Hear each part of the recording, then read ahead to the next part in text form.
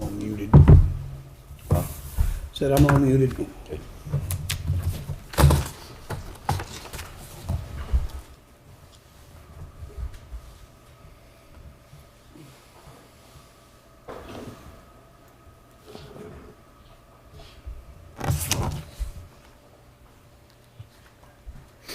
There's that trouble in the right-hand corner. God bless you. I can put this mask on so you can't see me laughing. Why not? I wasn't so scared. I'd show up. I'm sure. Yeah, you're scared, all right. This mask was made for me. See it? Look at it. Right I there. can't see you. God bless you, Brandon. Can't see you. Okay. How come you can't see him? You can't see? It's not on yet, Olivia? Let me ask. That's good. You gotta be allergic Put a mask on. to.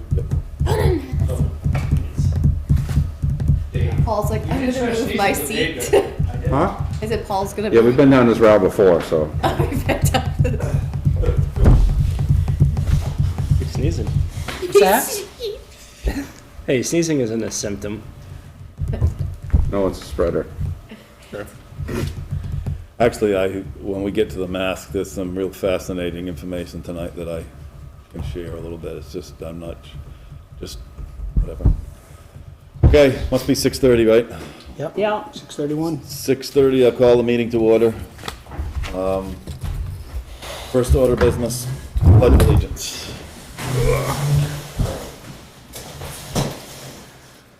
Pledge allegiance To the flag of the United States of America, to the republic for which it stands, one nation, under God, indivisible, with liberty and justice for all.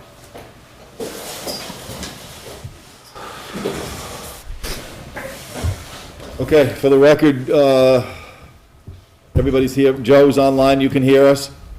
Okay, good. I'd like to review the minutes of, Comments from board? Tab? sorry, skipped it. Are there any comments from the board first on topics that are not on the agenda? Paul?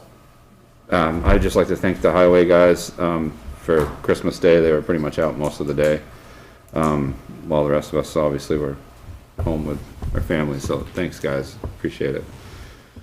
And the day after too, the Sunday? Yeah, I mean, that can be extended to anybody that had to go out on Christmas Day, obviously, but just, I mean, that's a hard thing. The one day you want off and then the storms come, so thanks.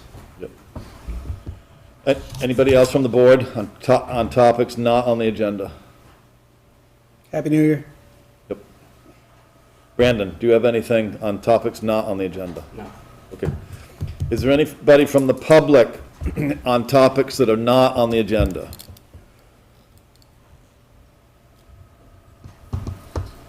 Okay. Now we'll take up the minutes of December 20th, 2021. I'd like a motion to approve, please. So move. Is there a second? I'll second it. Motion been made and seconded to approve the minutes of December 20th, 2021. Any discussion? Nothing? I know Brandon just left. I'm trusting that he doesn't have anything. All those in favor say aye. Aye. Aye. Any opposed? Okay. I'm hoping you didn't have anything to comment on the minutes. No, I don't. Okay. We're going to move to the appropriation requests, and this is how I'm going to take them up. So when I ask for the organization that is listed here on our agenda first, I'll ask if somebody is to speak with that, and then if I don't hear anybody, I'm just going to make a little bit of a mark here. It doesn't mean that you're out. It means that I'm just going to put you at the end. So I'm going to give everybody two chances to speak. If they didn't get in line, there's no reason to worry. You didn't get lost. So with that, I'll start with the American Red Cross. Is anybody here to speak on behalf of the American Red Cross?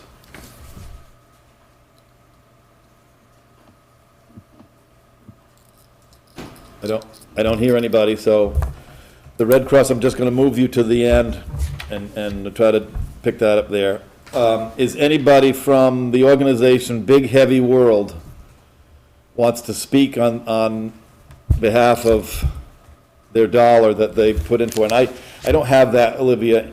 It's not attached here. Is it in our papers about, okay, $250. I'm seeing it now on the screen. Anybody from Big Heavy World that would be willing to speak on behalf of that organization to us? Okay. Green Mountain RSVP. Anybody from Green Mountain RSVP?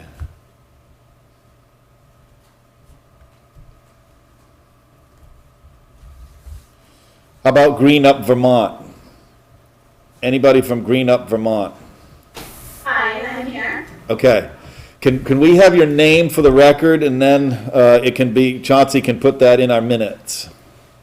Sure. My name is Kate Albergini from Green Up, Vermont. So I'll give you what you need to speak about. You're looking for an appropriation here of $150. Is that true? So. That's correct. Yep. Okay, go ahead. I'll give you the floor. Okay, thank you. Thank you for having me with you tonight. I really appreciate it. And thank you for, of course, your past support of Green Up Vermont, a very important litter cleanup program to keep Vermont statewide beautiful, of course, so we all get to enjoy where we live, work, and play. We request level funding of $150 every year, and that's based on population. So it falls in that bracket. You're at, what I have is from the 2010 census population of 2,825 people. Green Up really makes a difference, and I can say that the Green Up volunteer town coordinator, who is Steve Aikenhead, does a phenomenal job in the town of Weathersfield for you all. Last year, Steve reported over 100 volunteers cleaning 70 miles in your town and 150 bags of trash and 34 tires. So that really, if you think about if that amount of trash was left on the roadsides and just left to compile or just work its way into the tall grass, that sort of thing, it really makes a difference. Statewide, we had 22,000 volunteers and cleaned up 418 tons of trash. Also, we had 16,250 tires. So it's unbelievable that people think it's okay to just discard their waste. So we work really hard and promote cleaning up Vermont so that we can enjoy its beauty. The rest of the year, when it's not Green Up Day, we do work diligently to educate people on reducing waste. We have a grant system in place right now that will deliver 33 water bottle filling units to different municipal places throughout Vermont, schools, rec centers, libraries, all kinds of places that applied for this grant. So they'll get a water filling station for free and up to $1,000 to install it. This really cuts down on the amount of plastics. So in doing the research and studies, the average person uses about 156 plastic water bottles per year. If we can cut that down, it just saves a ton. So again, I spend the rest of the year educating about those types of things, and also about reducing litter in the first place. And we really catch that in the elementary and educational the educational system. So working on boosting that program as well. So I would love any questions. Well, you're 100% right that Steve Aikenhead he lives on a connecting road that I live on, and he is constantly, and it's part of his life, He doesn't need a green up day, because every day is a green up day to Steve Aikenhead. And Yeah. he's always picking up something or finding something, and his truck will pull over, and he's got a thing that stabs it, and he'll pick it up right away and move on. So he just does, he goes way above anybody else doing that. Yep. Yeah, yeah. Are there any questions for Kate on the Green Up Vermont? But just have one quick question. I was just curious, where does all the trash go once you pick it up? Do you take it to the appropriate town places where you picked it up from, or? Yeah, so different towns have different processes. It's either collected by town officials, town workers, and then brought to the appropriate transfer station or processing station. Casella does a huge amount for us. There are also solid waste districts, of course, that take in, so some towns sort their recyclables. So that's distributed properly, disposed of properly. Tires remain to be a really big issue in their disposal, and we try to get them recycled and that sort of thing. So that's an ongoing battle, but we're working on it.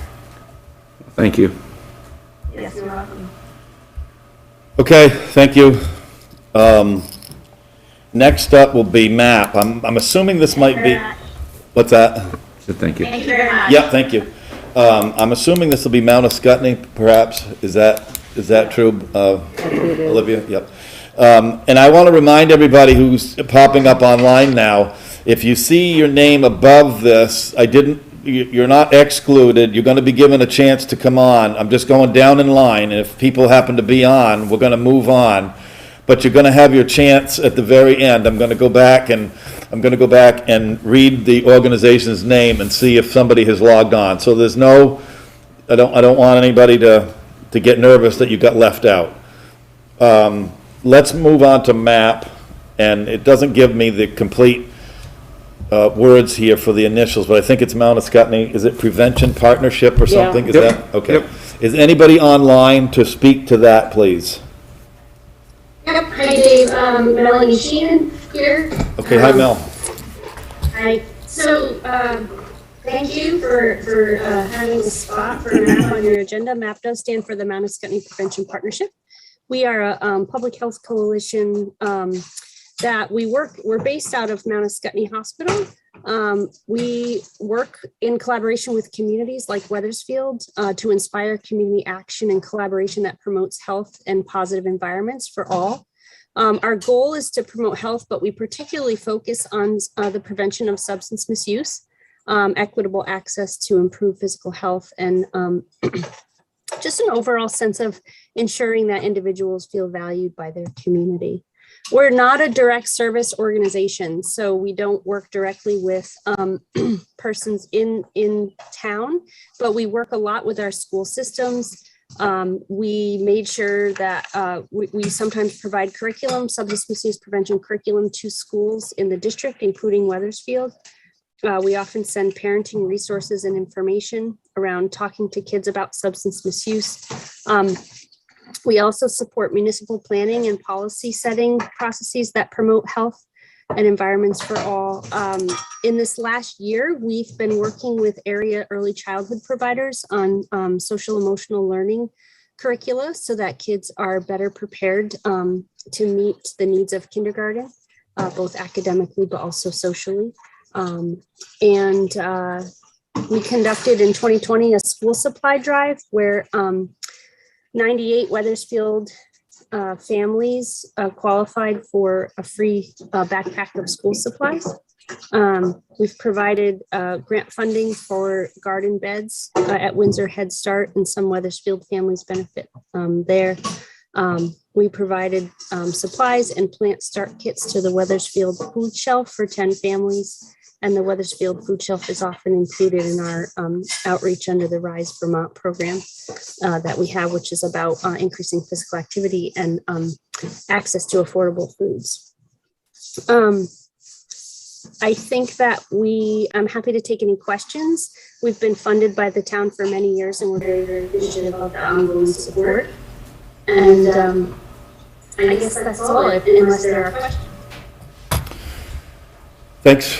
Any questions from the board for MAP, Mount Escutney? Okay, thanks, Mel.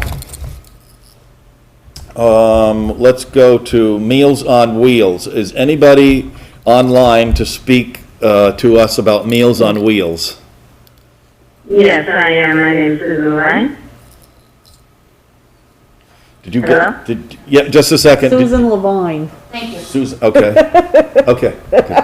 Okay, go ahead. Go ahead. Is it Susan?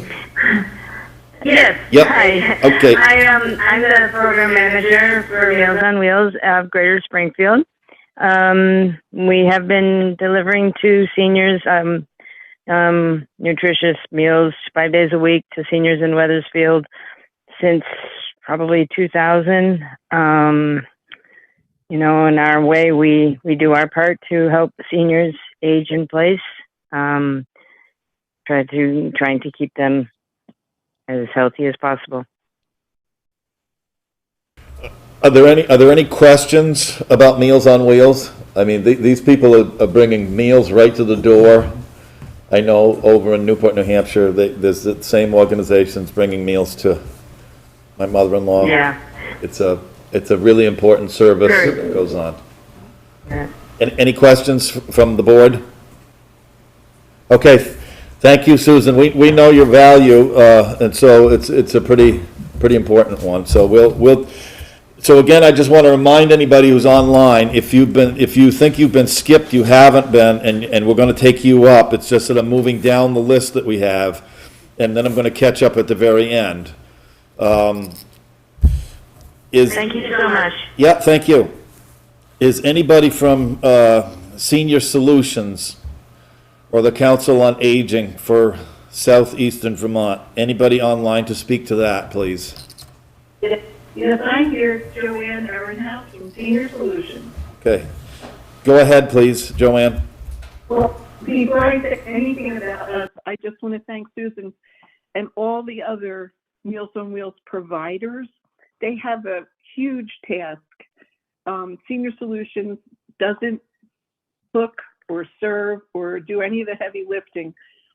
We participate with all of the providers in that we're designated by the state to administer the funds that come to us through the Department of Aging and Independent Living to distribute and make contracts to the providers. These contracts do not provide even half of what it costs all of these providers to cook the meals and provide the transportation. They have to do so much. So we do not ask for any money from any of the towns to go toward Meals on Wheels from our end because we don't want to take the money. The independent providers and the senior centers and town halls and churches that do all this work, they deserve the credit and they deserve the money they get from each of our towns and villages. So I just want to make that really clear and tell them how much we appreciate the work they do. Thank you so much. That's okay, please. Now, for our part of what we do, as I said, we are the designated area agency on aging for Southeastern Vermont under the Older Americans Act. And we get our funding through that federal money and also from the state and so forth. And right now, one of the most important things that all of the area agencies on aging are doing in Vermont is we have a huge cooperative marketing campaign that was funded by the CDC and again came through the Department of Aging and Independent Living in Vermont. And that is to encourage our aging Vermonters to continue to get their COVID vaccine. And pretty soon we're expecting another bit of money to come for extra funds to go towards marketing so people will get the booster. This is so important. The aging population right away stepped up and went out and got their vaccines or made arrangements to have the visiting nurses come and give it. They're the ones who established originally Vermont's excellent statistical response to the COVID. And we want to make sure that they don't stop, that they keep taking care of themselves. And in that respect, if you go onto our website, which is, of course, www.seniorsolutionsvt.org, you can, on our homepage, you can click on the picture and watch the 30-second advertisement video that was professionally done and is now playing on many television stations around the state. We actually were chosen to use 3 of our volunteer visitors as the testimonial spokespersons on behalf of the aging population as to why it was important to them to get the vaccine. And they are absolutely wonderful, and I want everybody to be proud of them. Other things that we're doing is, of course, we have our friendly visitors, our senior companion program, our vet-to-vet visitor program, and we're starting on a new program. We just had an 8-hour training session where special volunteers who are coming forward, and they're going to be giving at least a 3-hour clump of time, because what is one of our biggest problems here in Vermont, as all other places, not enough in-home caregivers. The families in Vermont, like elsewhere, especially in the rural areas, are dealing with 24/7 caregiving to a loved one, and they need some rest. So these are going to be respite volunteers. We can't solve the shortage of, home health care, but we can put our finger in the dike, and we can help people at least have a chance to get out, go to lunch with a friend, go to their own doctor appointment, get out of the house, and know that their loved one has a responsible adult watching over them. I keep saying over here, and we have a brand new person that we've hired, Susan Trivett. She's going to be overseeing our vet-to-vet operations in the Upper Valley. She is herself a veteran, and she's done lots of programs at the VA. We're looking forward to having her on public television so that we can introduce her to southeastern Vermont. And she'll be helping us put together a lot of these programs, as well as we are putting together 3 memory cafes and 3 caregiver support group meeting places between Windsor and Wyndham.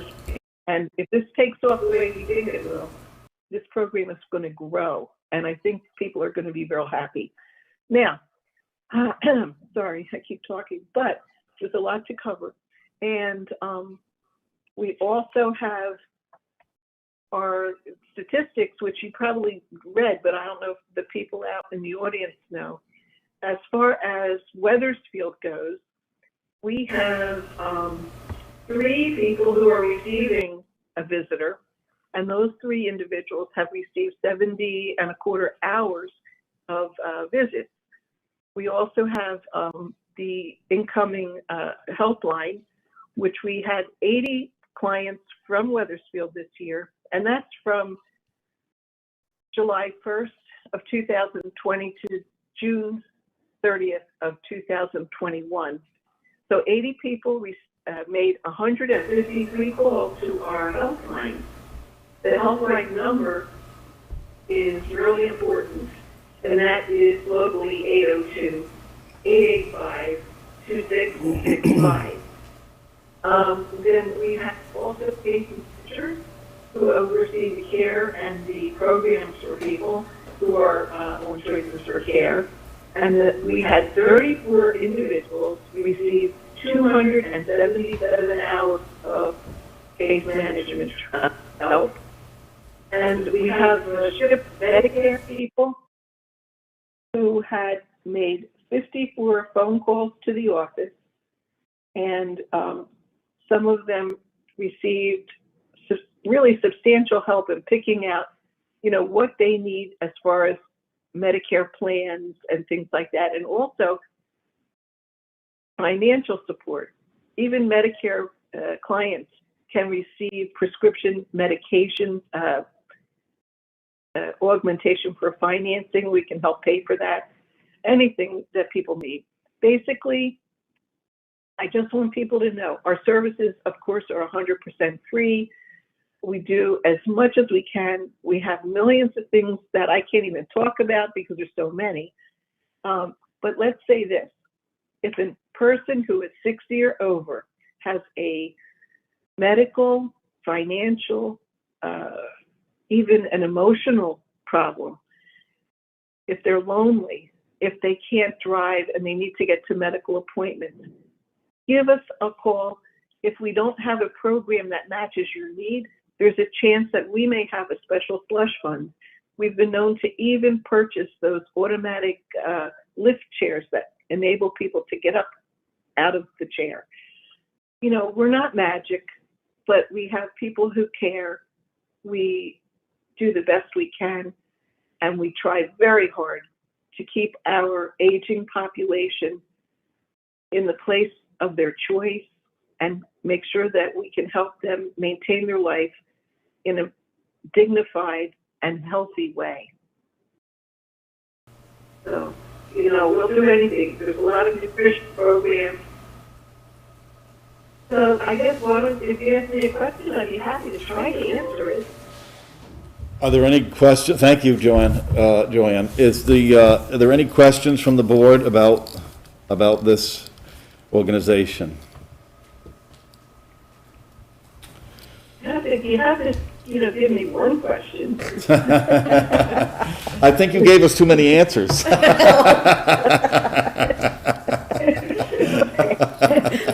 I gotta tell you, you said that you weren't magic, but you listed a lot of magical things to help the seniors.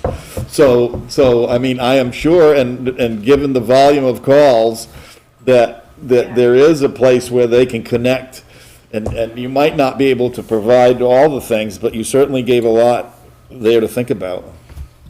And we have access to resources that, most of us, in our daily lives have no idea about. And so if anybody has a question, call the helpline. If you don't know the answer, you need somebody to help you find the answer, and that's where we come in. Okay, thank you. Thank you. Thank you very much. I don't hear any other questions, so let's move on to one of my favorite titles, I suppose, the move over Rockingham, or however, I don't know how that works out, but is there anybody here from that organization to speak? You raise cows, and you don't know what that says? I know, it says milk. So I want everybody to know that I've got a Holstein on my mask, so. My name is Christina Howe. I am the general manager of Southeast Vermont Transit, the Mover in Rockingham.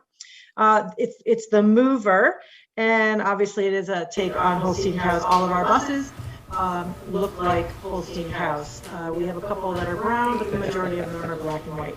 We are a 501c3 nonprofit transportation company. We serve a little over 30 towns in South Windsor and Windham County.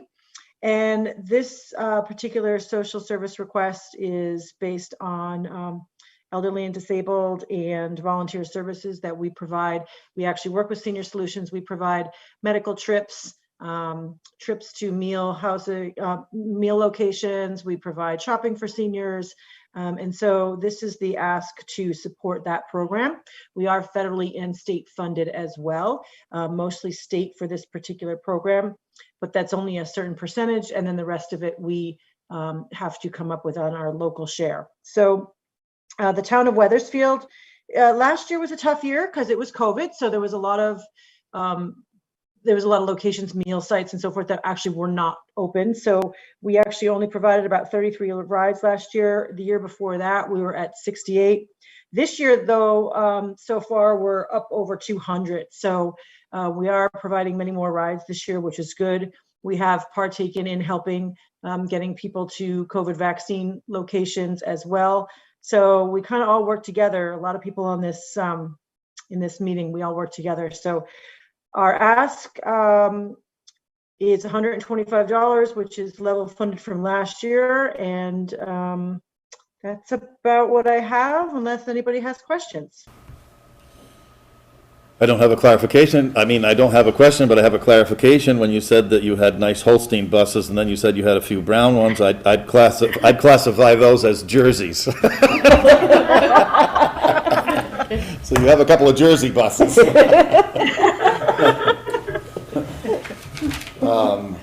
Mr. Todd is shaking his head over here. He jumped All of in. a sudden, you know all about cows. All of a sudden, it's coming back to me, 50 years of cows. Are there any questions about busing transportation? Thank you so much. Thank you so much. Yep. Okay, we'll move to Vermont Adult Learning. Is anybody here to speak on behalf of Vermont Adult Learning?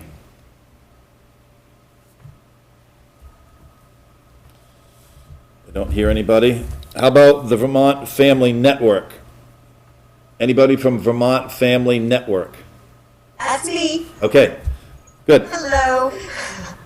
Thank you so much for having me this evening, and thank you so much for the past support from Weathersfield. I'm with the Vermont Family Network, and we are a statewide organization whose mission it is to support all Vermont children, youth, and families, especially those of children with special needs. When a family has a child diagnosed with a special need, it is scary and sad and hard and very confusing. And we support that family. All of our family support staff are parents, experienced parents of children with special needs, and they support families in navigating the multitude of systems that once they have a child with a diagnosis, they are thrust into. We are also, and that isn't just right after diagnosis, but throughout their child's life well into adulthood. And we are also home to the Puppets in Education program, which is one of the nation's only surviving educational puppet programs, who serve over 13,000 children every year throughout New England. And Zoom has allowed us to be even more present. But we teach children through the use of puppets on how to navigate difficult topics like abuse and bullying and diversity. And we have just launched, since COVID, anxiety and how important that is for our children as well. So we last year were able to support 2 Weathersfield families specifically, and we are always here when a family needs us. I'm sorry, what was her name? I apologize for not getting your name for the minutes. Oh, my name's Claire, and my last name is Giroux-Williams. Okay. Thank you, Claire. Are there any questions about the family network? Yep, I got that right. Any questions from the board? Okay, thank you. How about the next organization, Vermont Rural Fire Protection Task Force? Anybody to speak to that organization?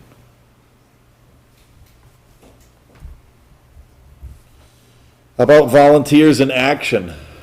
Anybody here from Volunteers in Action? So Volunteers in Action is requesting $360. They provide services that allow many individuals to stay in their homes and maintain independence as they age. VIA volunteers deliver Meals on Wheels, Veggie Van Go, and provide free rides to medical appointments, shopping, prescription pickup, and more. She was hoping that you would accept this written request. Any questions for Olivia? I know that's hard because she just read off a paper. Apparently the person that was going to give that couldn't make our meeting and forwarded a written copy for the request. It sounds like they work in partnership with a couple of the other above that just came in for transportation? I mean, when I just heard you say, you listed off some things, they work with Meals on Wheels and appointment keeping and so forth, so. Yes. I think they must be connected somehow, yep. How about the Vermont Center for Independent Living? Anybody here from the Vermont Center of Independent Living to speak on behalf of that organization? Yes, sir. This is Linda Malidi. Okay. I'm the Development Director for the Vermont Center for Independent Living. We are a statewide disability rights organization that advocates for the rights of people with disabilities to live independently in their own homes if they choose. By utilizing our services and programs, we have a Meals on Wheels program, providing meals for people with disabilities under the age of 60. We have a home access program that builds ramps and does bathroom modifications. We have a lot of other programs. I won't go into every little thing. We have our peer advocacy counseling program, which is really the heart of our organization. We have 85% of our employees also have disabilities, and all of our peer advocate counselors have disabilities. So they work one-on-one with residents in that program to help them navigate some of the difficult systems and red tape that you have to go through sometimes. Statewide, we serve about 2,400 people.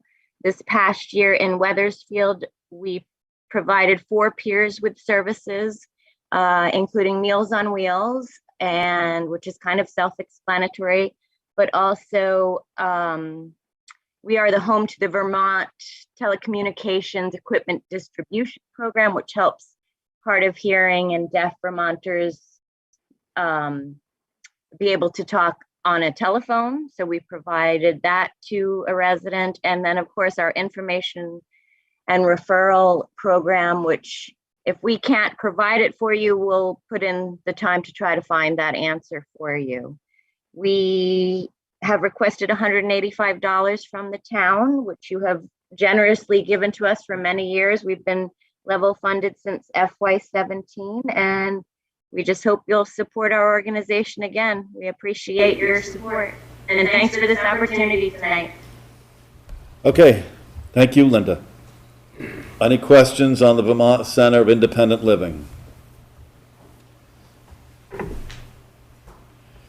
Okay, next one up, WISE. Somebody's gonna have to help me what that stands for. Obviously, it's got a connection. Yeah, that's Women's Information Service. That's the legal name, but we refer to ourselves as WISE. Okay. Can I have your name, please? Because then for the minutes, because Chauncey can write that down, and then I'll give you time to speak, please. Absolutely. I'm Betsy Cole, Kohl. Okay, go ahead, Betsy. You've got the floor. Great, thank you.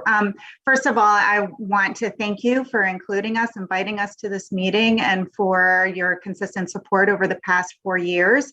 It is an honor to be here, and I've been very appreciative of listening to the other amazing community organizations that service Weathersfield.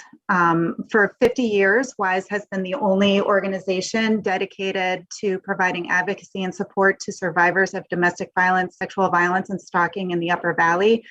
And more specifically, we have been supporting Weathersfield residents since 2015.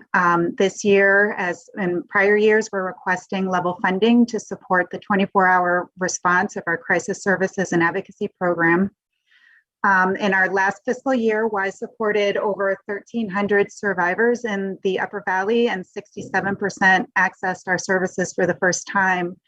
Prior to the pandemic, we had upgraded the infrastructure, including phone systems, servers, security, technology, and as a result, we were able to seamlessly shift to remote advocacy. We quickly added online chatting, texting, and HIPAA compliant video capabilities. And so today, WISE advocacy and support is available through more avenues, which significantly increases accessibility to our services.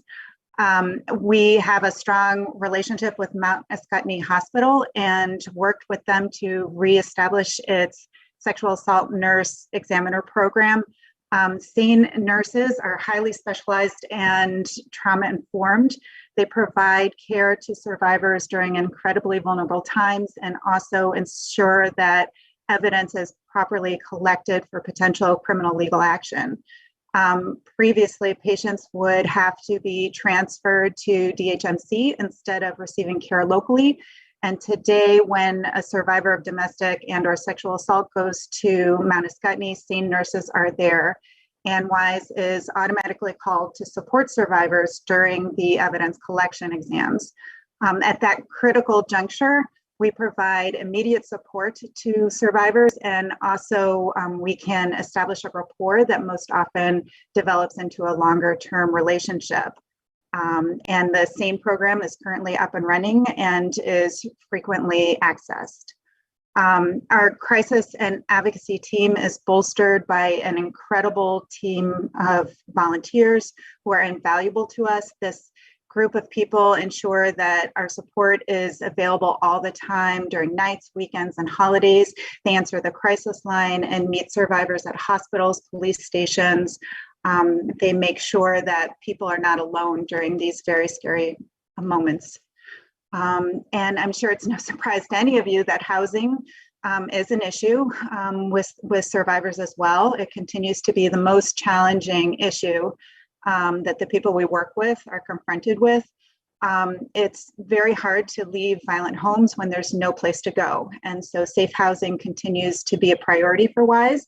We are addressing survivor needs in several ways through emergency shelter, through the WISE Safe Home, transitional housing, and in collaboration with community partners. So those are some of the highlights of this past year, and I'm happy to answer any questions that you may have. Thank you.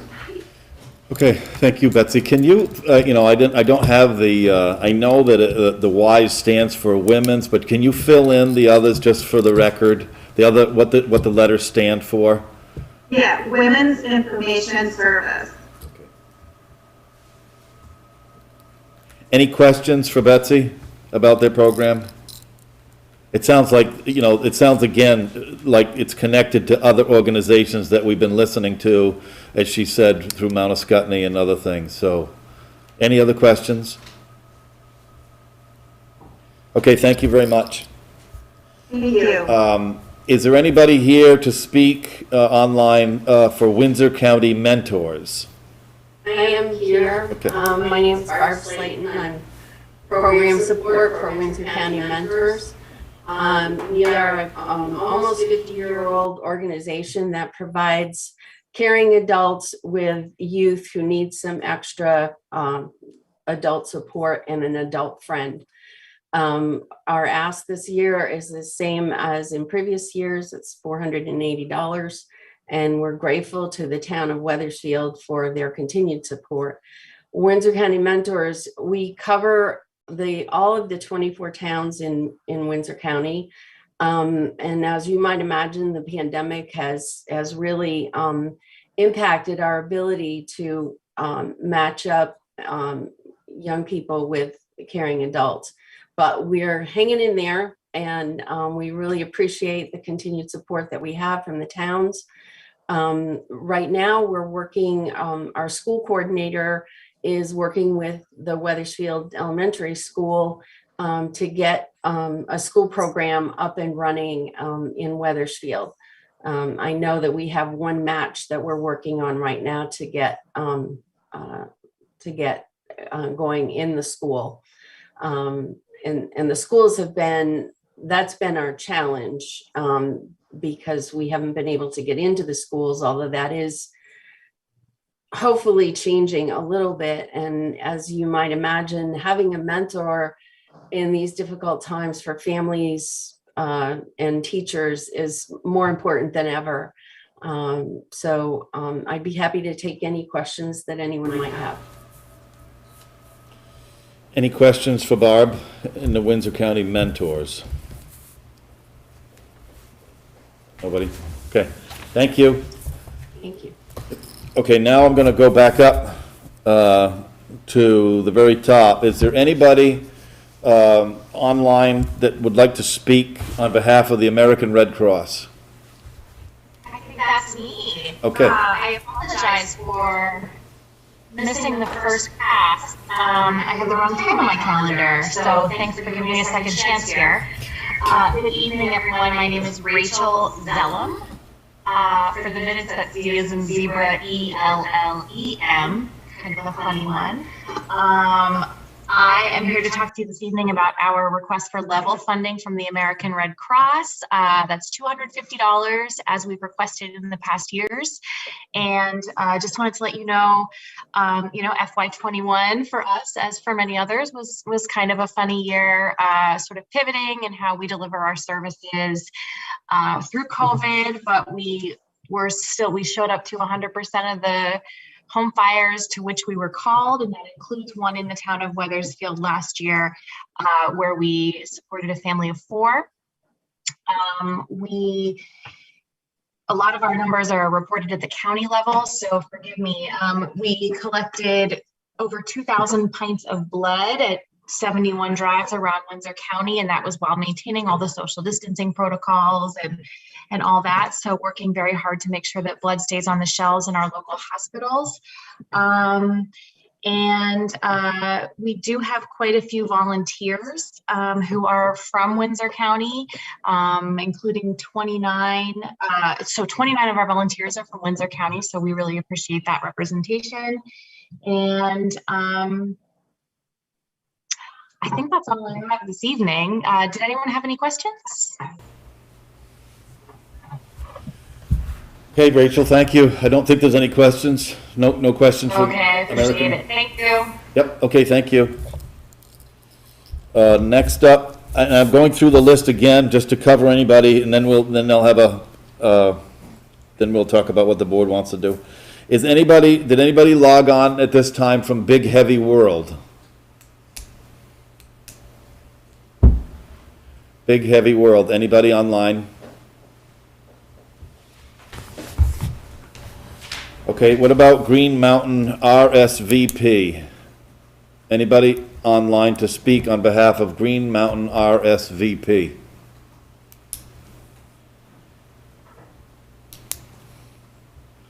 How about Vermont Adult Learning? Anybody from Vermont Adult Learning? Okay, I've got one more, just the Vermont Rural Fire Protection Task Force.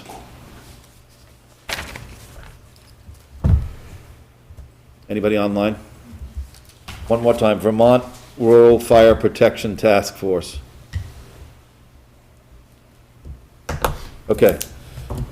I'm going to suggest that the board take up discussion now about the requests that we all just heard, because this is what has to happen. Either we compile the summary of all these numbers together, or I'd like to hear comments from board members about whether or not they feel as though all of them should be put together and then incorporated in the general fund budget, because that's what our policy says, that anything under $500 or less, that we can vote on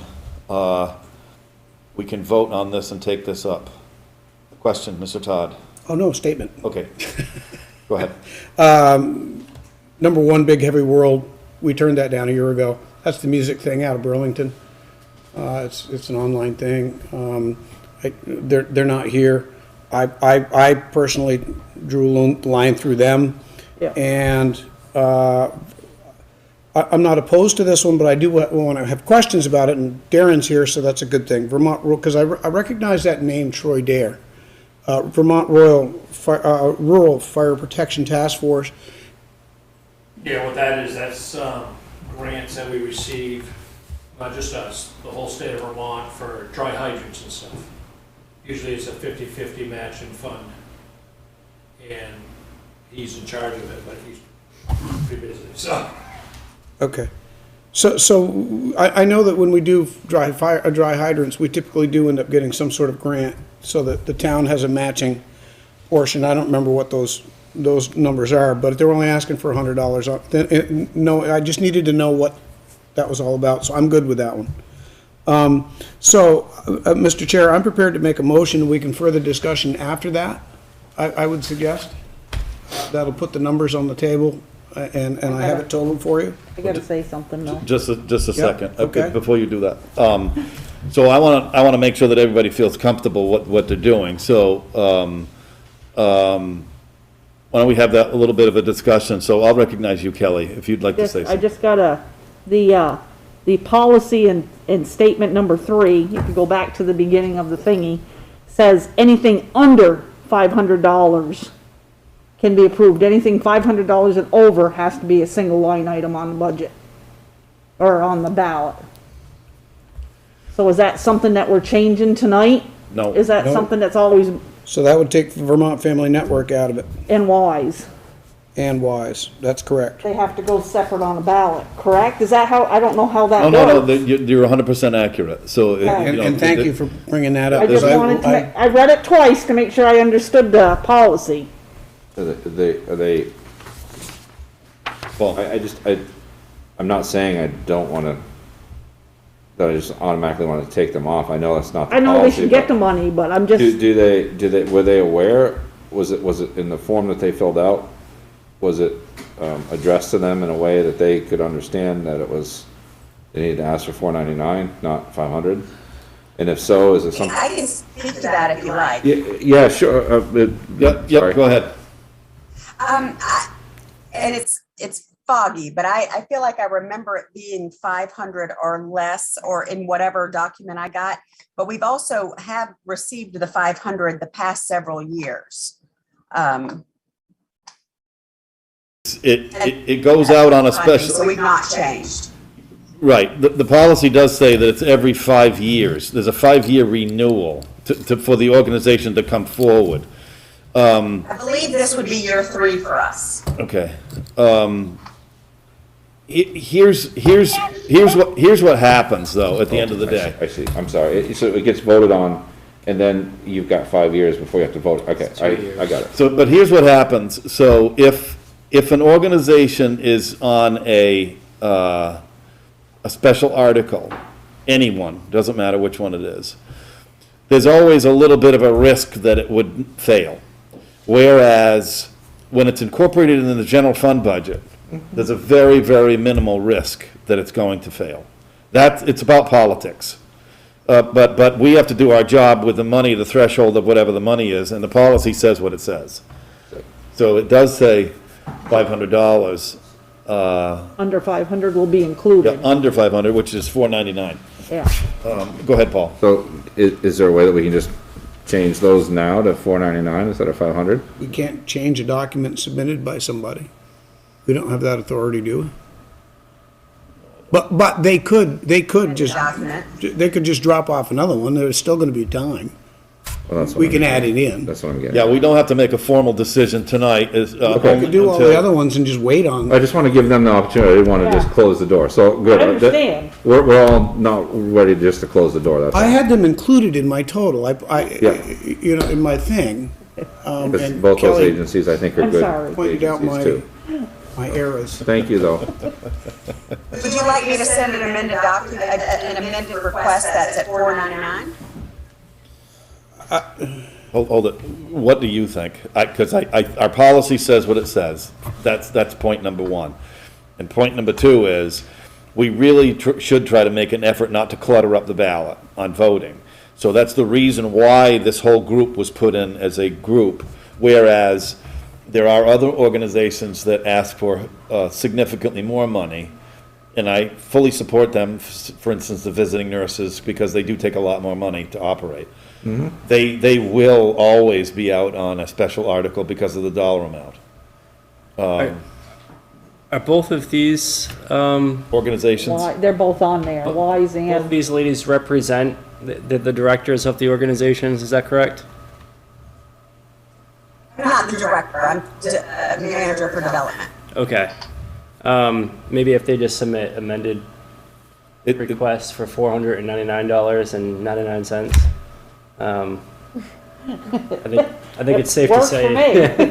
We gotta follow the contract, what Yeah, it says. so. I'm happy to re-email Yeah. my request, if that's what you would like. Well, and I hope you both understand where that's at, because there's risk by having a special article, even though I'm pretty confident that it would pass, but when voters are in the ballot box, and so you just don't know sometimes. Whereas in the. And I'm happy to mark my records that we ask for that in the future for $4.99. Okay. Having said all that, now I'll recognize Mr. Todd. Well, yeah, but now I gotta count. Do you want me to take the $1,000 out for this, at this point, when I do this? No. So let me ask the board this. We heard Mike's comment about excluding Big Heavy World. Is there any other organization that any board member feels as though should be excluded? Did everybody understand what I just said? Joey, did you get that about what I just said? Okay. Yeah, I got you. Okay. That's all I really want to know, is that on all these presentations and the dollar amounts that are put in there, is there any other organization that you are not comfortable supporting? So the only one that will be subtracted would be, at this particular moment for this year, Big Heavy World. Oh. You Yep, accepted no, the I fire was going- protection one for I was $100. going somewhere else. Yep, Okay. you're good. So then let's start doing can somebody do some math, please, and then I'll take a motion on the table to approve the total, and then we will note the individual organizations to compile the total. I just need, I've got it all set. I just need to know, what are those two ladies gonna submit? $4.99 even? That's what it should be, I think, because From we both- don't need to get into cents. Now, that's Vermont Family Network and WISE. Yep. Okay, so then I only have to subtract $2 here. Yep. We're gonna get a contract that says Here's the something. two. You wanna use these? Two? Okay, so I'm gonna do it this way. Appropriation request, motion to accept the appropriation request, American Red Cross, $250. Green Mountain RSVP, $300. Green Up Vermont, $150. MAPP, $450. Meals on Wheels, $400. Senior Solutions, $450. The Mover Rockingham, $125. Vermont Adult Learning, $300. Vermont Family Network, $500. $4.99. I'm sorry, $4.99. Vermont, thank you, Kelly. Vermont Rural Fire Protection, $100. Volunteers in Action, $360. Vermont Center of Independent Living, $185. WISE, $499. And Windsor County Mentors, $480, for a total of $4,548. I'll second that. What did you come with a total, 4, 5? $4,548. I just have one statement. Just a second. So the motion's been made and seconded to approve, and I'm hoping that you're gonna allow this little friendly amendment, kind of, to incorporate that dollar amount and those noted organizations in the general fund budget. Yeah, so moved. So that we're gonna pass. Yes. So that motion's been made and seconded at a total of $4,548 for the organizations noted that were just read into the minutes. Is there a second? Yeah, I second it. Paul has seconded. Okay, now, we're ready for discussion. Go ahead, Brandon. I don't think it's necessary for them to submit a new request. People request grants all the time and they're funded for less. Yeah. So I think it's fine that we've changed it by $1 and don't see a need for you to resubmit. Okay, so are there any other comments on any other discussion on the motion on the table? Did anybody check the math? Just to make sure. I mean, I was going down through this as we were going through the interviews, and I just marked it all down. I did not check the math. I'll check it real quick.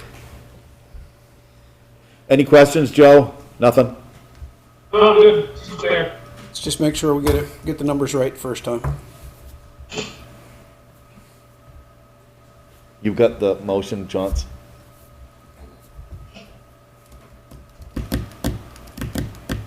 I have a feeling, but I don't know this, that $100 for the fire thing just might be kind of, obviously, these monies are not enough to fund any of the organizations, but they provide seed money to allow for grants or other operations.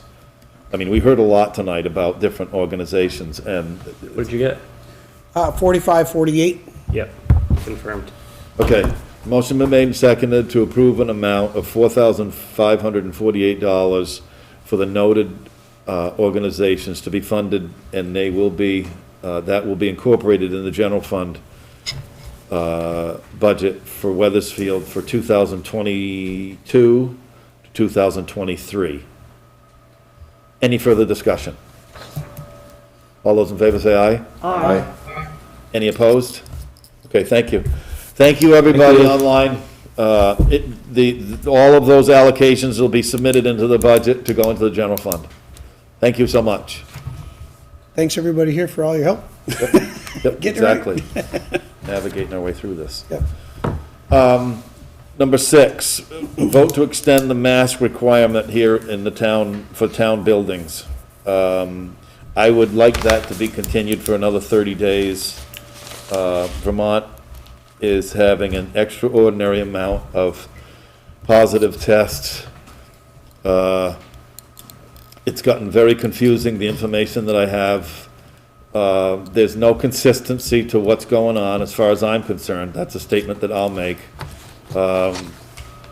I read something that was totally confusing, and I'll try to get the numbers right. I saw it from the state, and I think Nancy McNamee reprinted it on her blog. It was that the vaccinated people were 24% higher in positive tests, and the unvaccinated were 13% lower for like yesterday or the day before.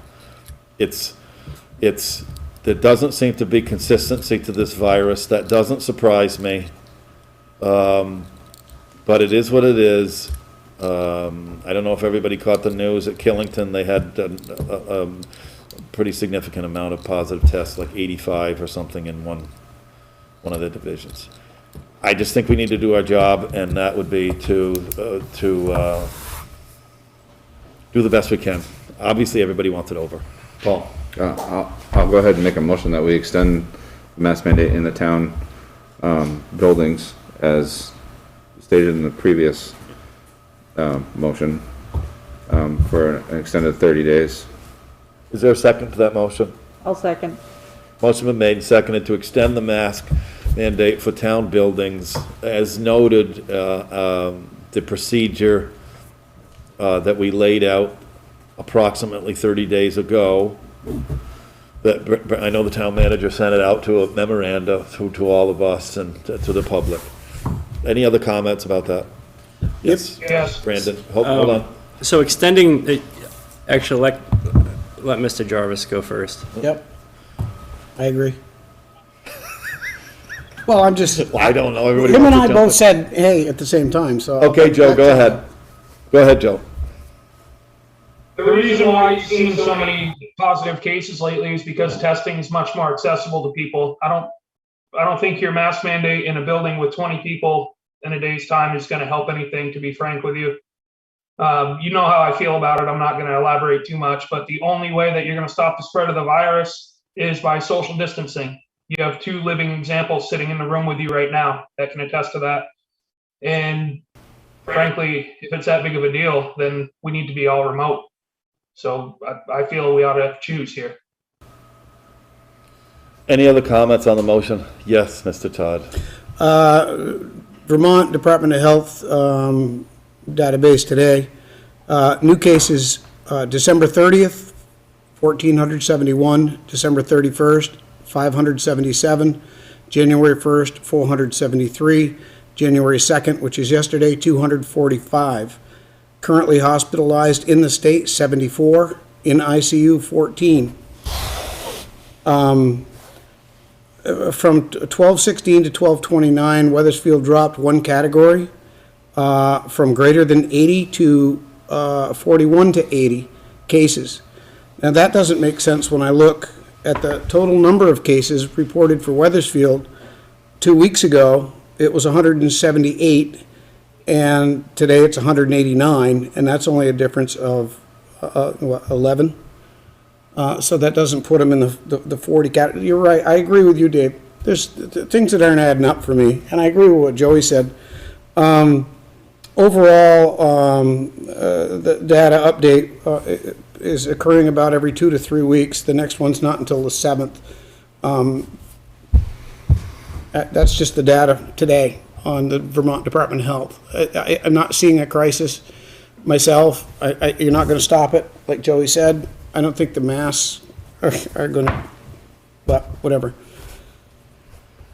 Well, I have a question, just for fun here, but Joey and Mike both, do you have any scientific data that proves that the masks are not doing anything? And Put glasses on and then breathe and watch them fog up. It helps it from like spewing out a long distance, but it doesn't. Right. It doesn't. And just common sense, whether it's science or not. You know, how many times do you adjust your mask when you have it on your face? You're more likely to pick the virus up on your hands, touching something, and then touch your mask and get the virus. So, you know, I'm not going to get into that debate. Well, no, because I don't have data. I don't have data on the other side either. So, like I said, I'm just looking at the case data that suggests that this thing is, you know, and there is some stuff that is scientific. Doctors, in the news that I saw, Fauci and the CDC are not on the same page. No. The CDC said one thing, Fauci said something else. Fauci said one thing on ABC and something else on CNN. So I'm not listening to that stuff anymore. I'm just looking at what's going on around us.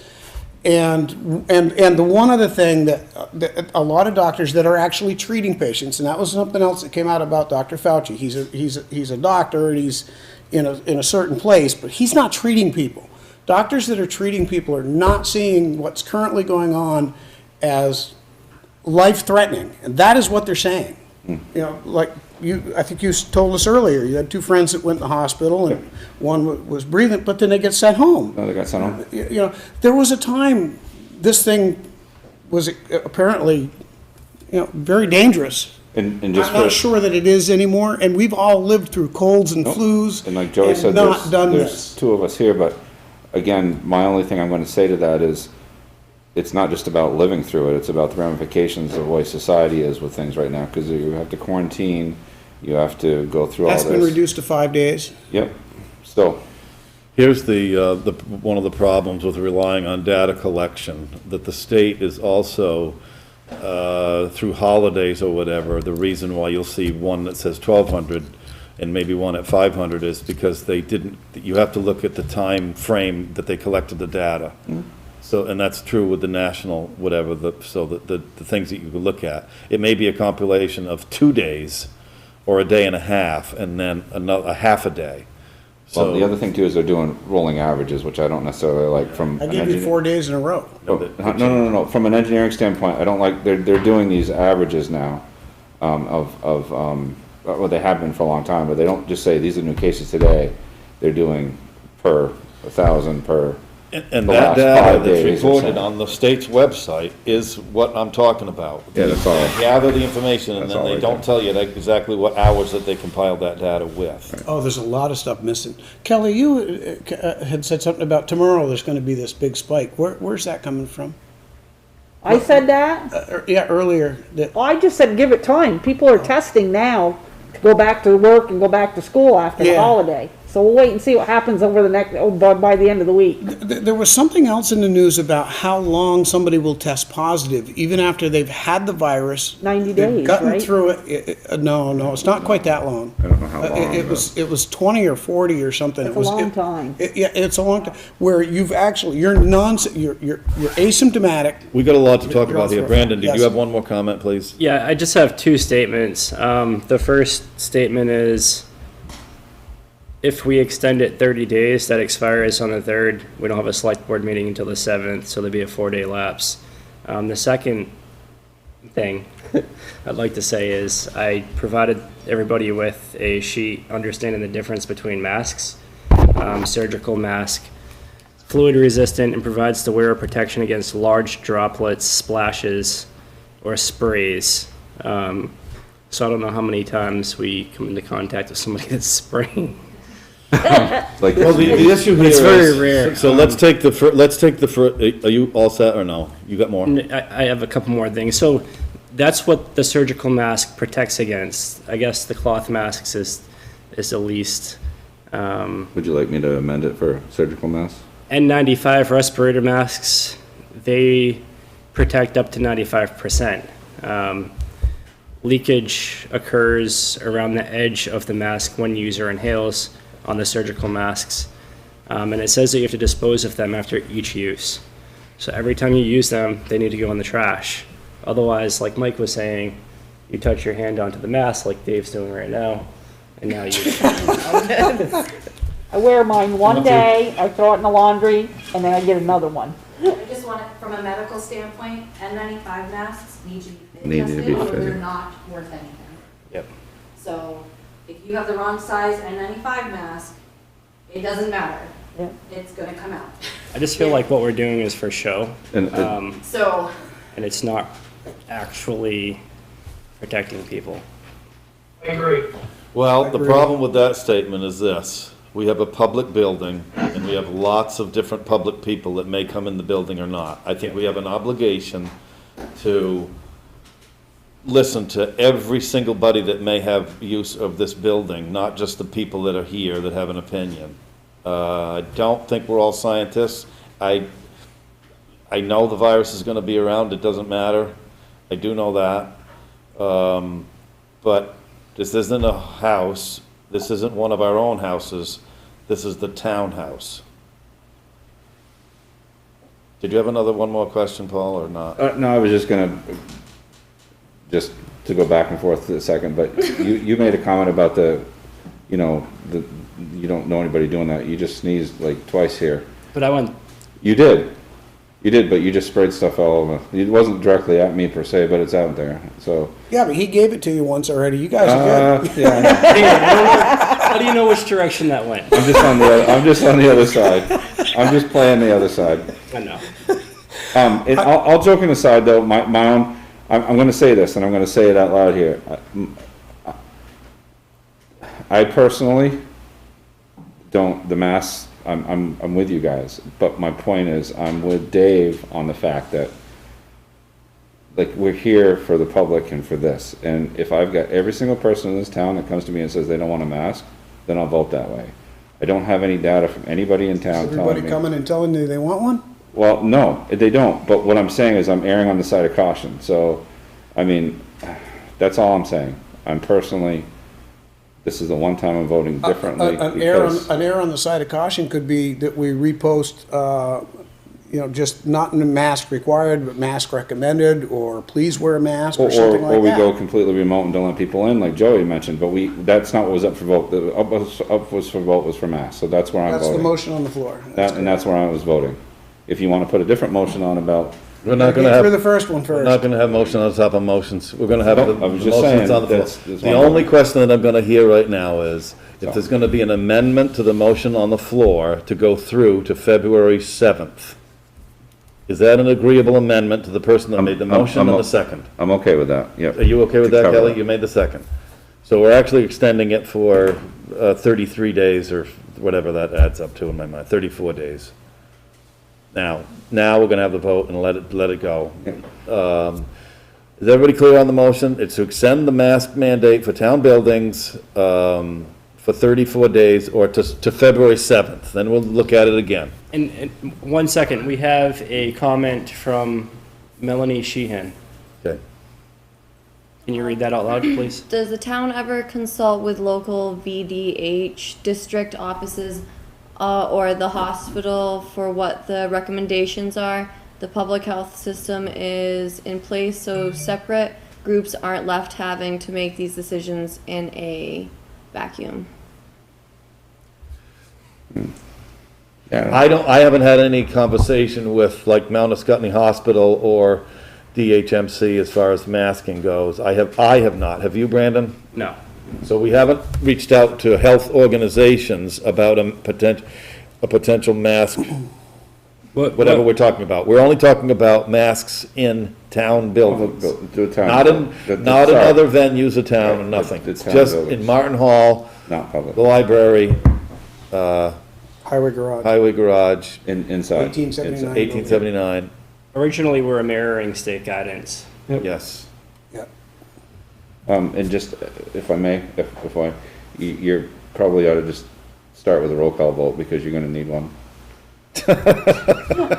No, because Yeah, he's you got one person online, so if it's not unanimous, you have to have a roll call vote, and I can tell you already, it's not gonna be unanimous, so. Okay. Well, no, I'm just saying. Might as well Okay, we're start gonna go, we're gonna take the motion right now, so, all those in favor, I will call roll call vote, start with me. It's okay, so I'm voting yes. Paul? Yes. Joey? No. Kelly? Yes. Mike? No, Okay, 3-2 passes.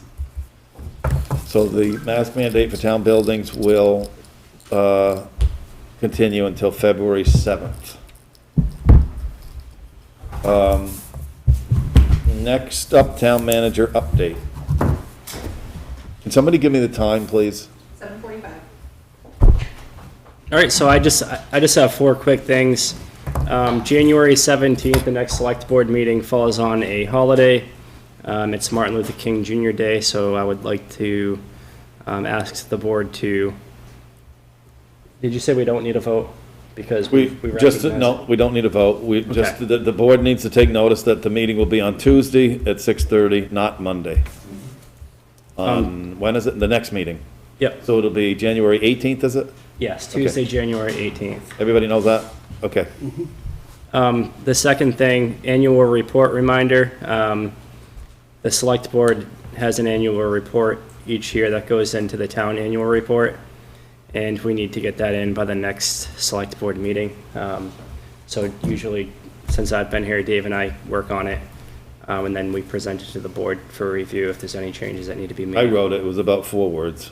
I actually think it was pretty long. No? It wasn't? The one I sent you, the final one was about 4. We're all good. We're all good. so everything for this has to be in by the 19th.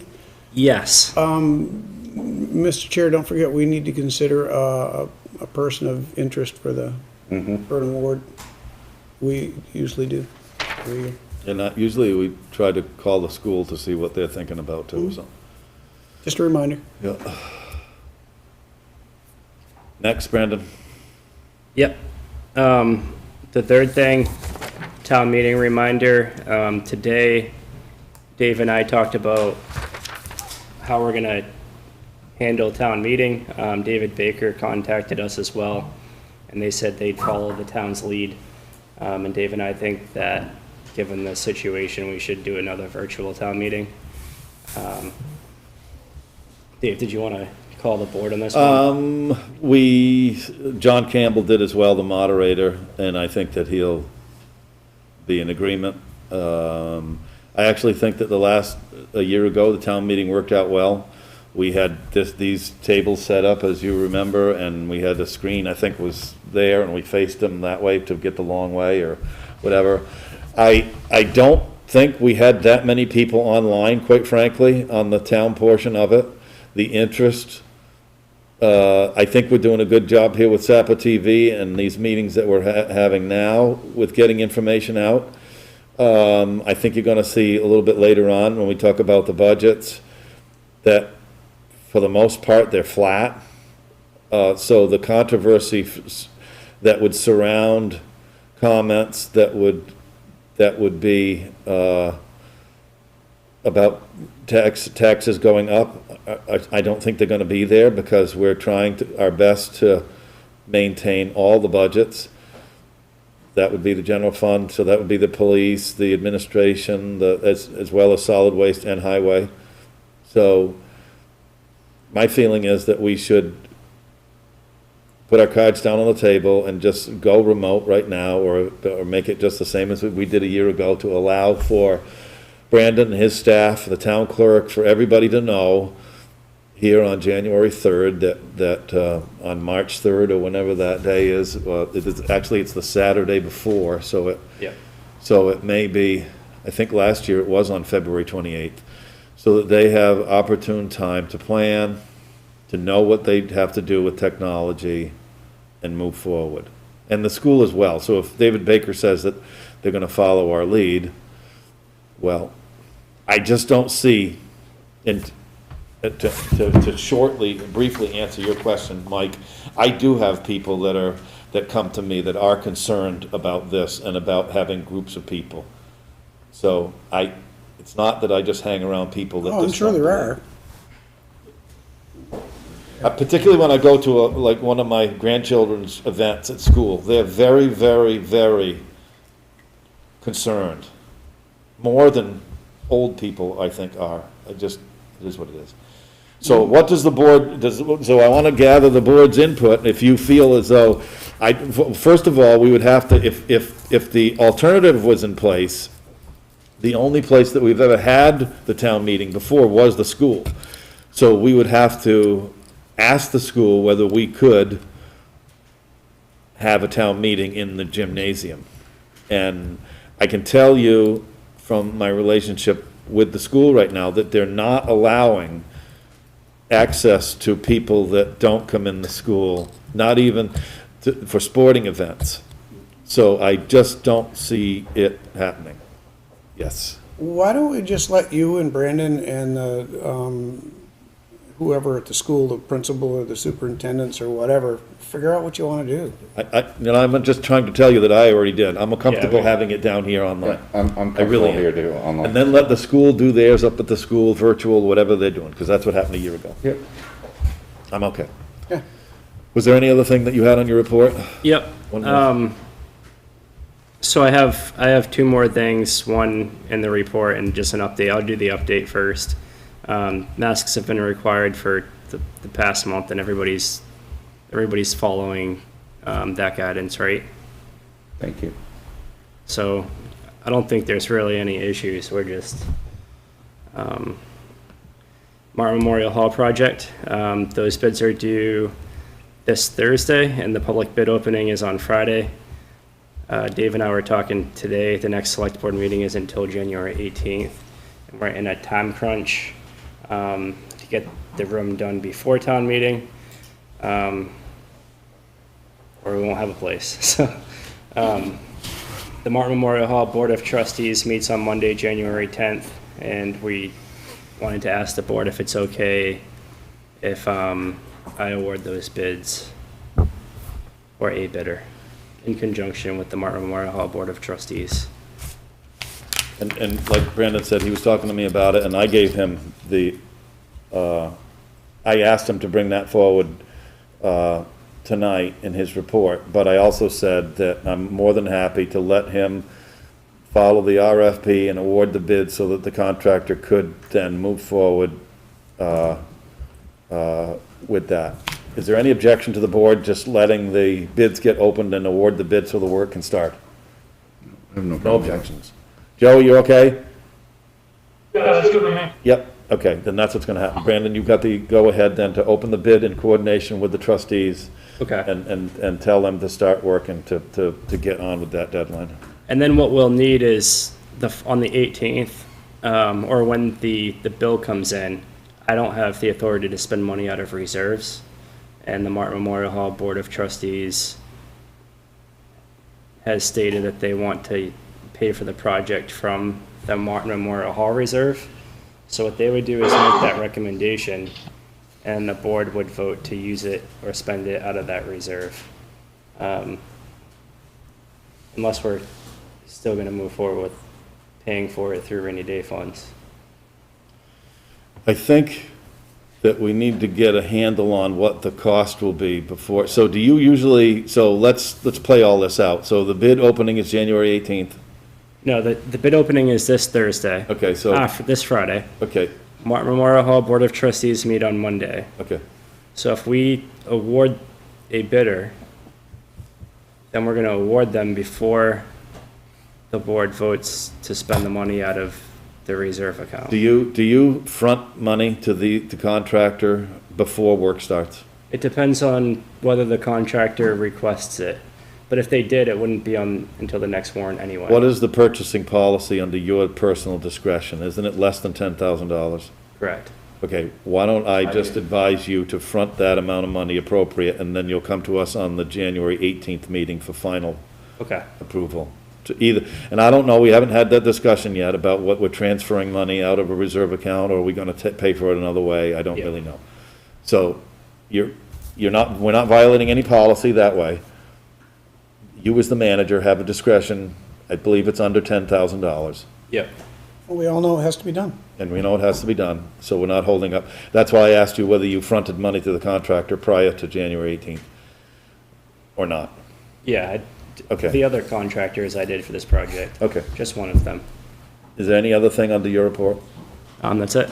Okay, good. Let's go to general fund budget discussion. First up is a vote to dissolve the allowance for doubtful accounts, and I'll let Brandon speak to that. Want the motion first? No, I'll just let him describe what it is. So right now, the town of Weathersfield has an allowance for doubtful accounts, which has a balance of $69,400. The account was set up as a result of the 2014 purchase and sale agreement. That agreement has been voted down. We are in the process of advertising a tax sale, which will take place mid-February. So I believe it's safe at this time to dissolve this account. And when this account is dissolved, it will enter fund balance. So I'm requesting the board vote to dissolve the allowance for doubtful accounts and transfer, no transfer really needs to take place, but it will go into fund balance for the board to decide what to do with at a later date. General fund balance. General fund balance, correct. So moved. Second. Motion been made and seconded to dissolve the doubtful account, allowance for doubtful accounts at a total, is this okay with the motion, at a total of $69,400? Is that okay for the, because you have to state the dollar amount that's in the account. Yep, that's fine. Is there any discussion? I would like it noted for the minutes that as part of this account, that the Board of Abatement abated a certain amount, and I'd have to defer to the minutes of that amount, that may be affected this total to deal with, because when the Board of Abatement met on June 30th or the 28th of 2021, they abated a certain amount of money, and I think it was $22,000, and it took it out of the proposed allocated surplus for fiscal year 21 surplus. That property was directly implicated with this account when it was set up. So that, and I know it's a bookkeeping deal, but I think it's really important to make. So that it wasn't a result of a transfer of an allocated surplus for FY21, that Board of Abatement motion should probably be taken out of this line. Because this is the line that was for doubtful accounts. I don't know, it's a technicality, but I think it's important. I don't mind doing it either way. Okay. I was just gonna say, it sounds like it's a wash anyway. Yeah, it is. It will be. Dave makes a good point that this account was set up for that purpose, and taking the 20,000 out of this and just that bookkeeping journal entry, I think it's a good thing. Yeah, I'm good with that. Okay, the motion been made and seconded to dissolve the allowance for doubtful account line item. It's not a line item, it's a reserve account, actually. I'm not sure how that evolved. In the amount of $69,400. All those in favor say aye. Aye. Any opposed? Joe, yes? Yeah, he did. Okay. Yeah. Good. Next up is the special article appropriations. I'm gonna take it? Yep. Okay. So Dave and I were talking about the general fund, and we just think it's important to bring this up to the board one more time. When we developed the general fund budget, $18,000 in appropriation requests were not included in the general fund budget, and that's because of our social services policy. Anything $500 or more has to go on the ballot.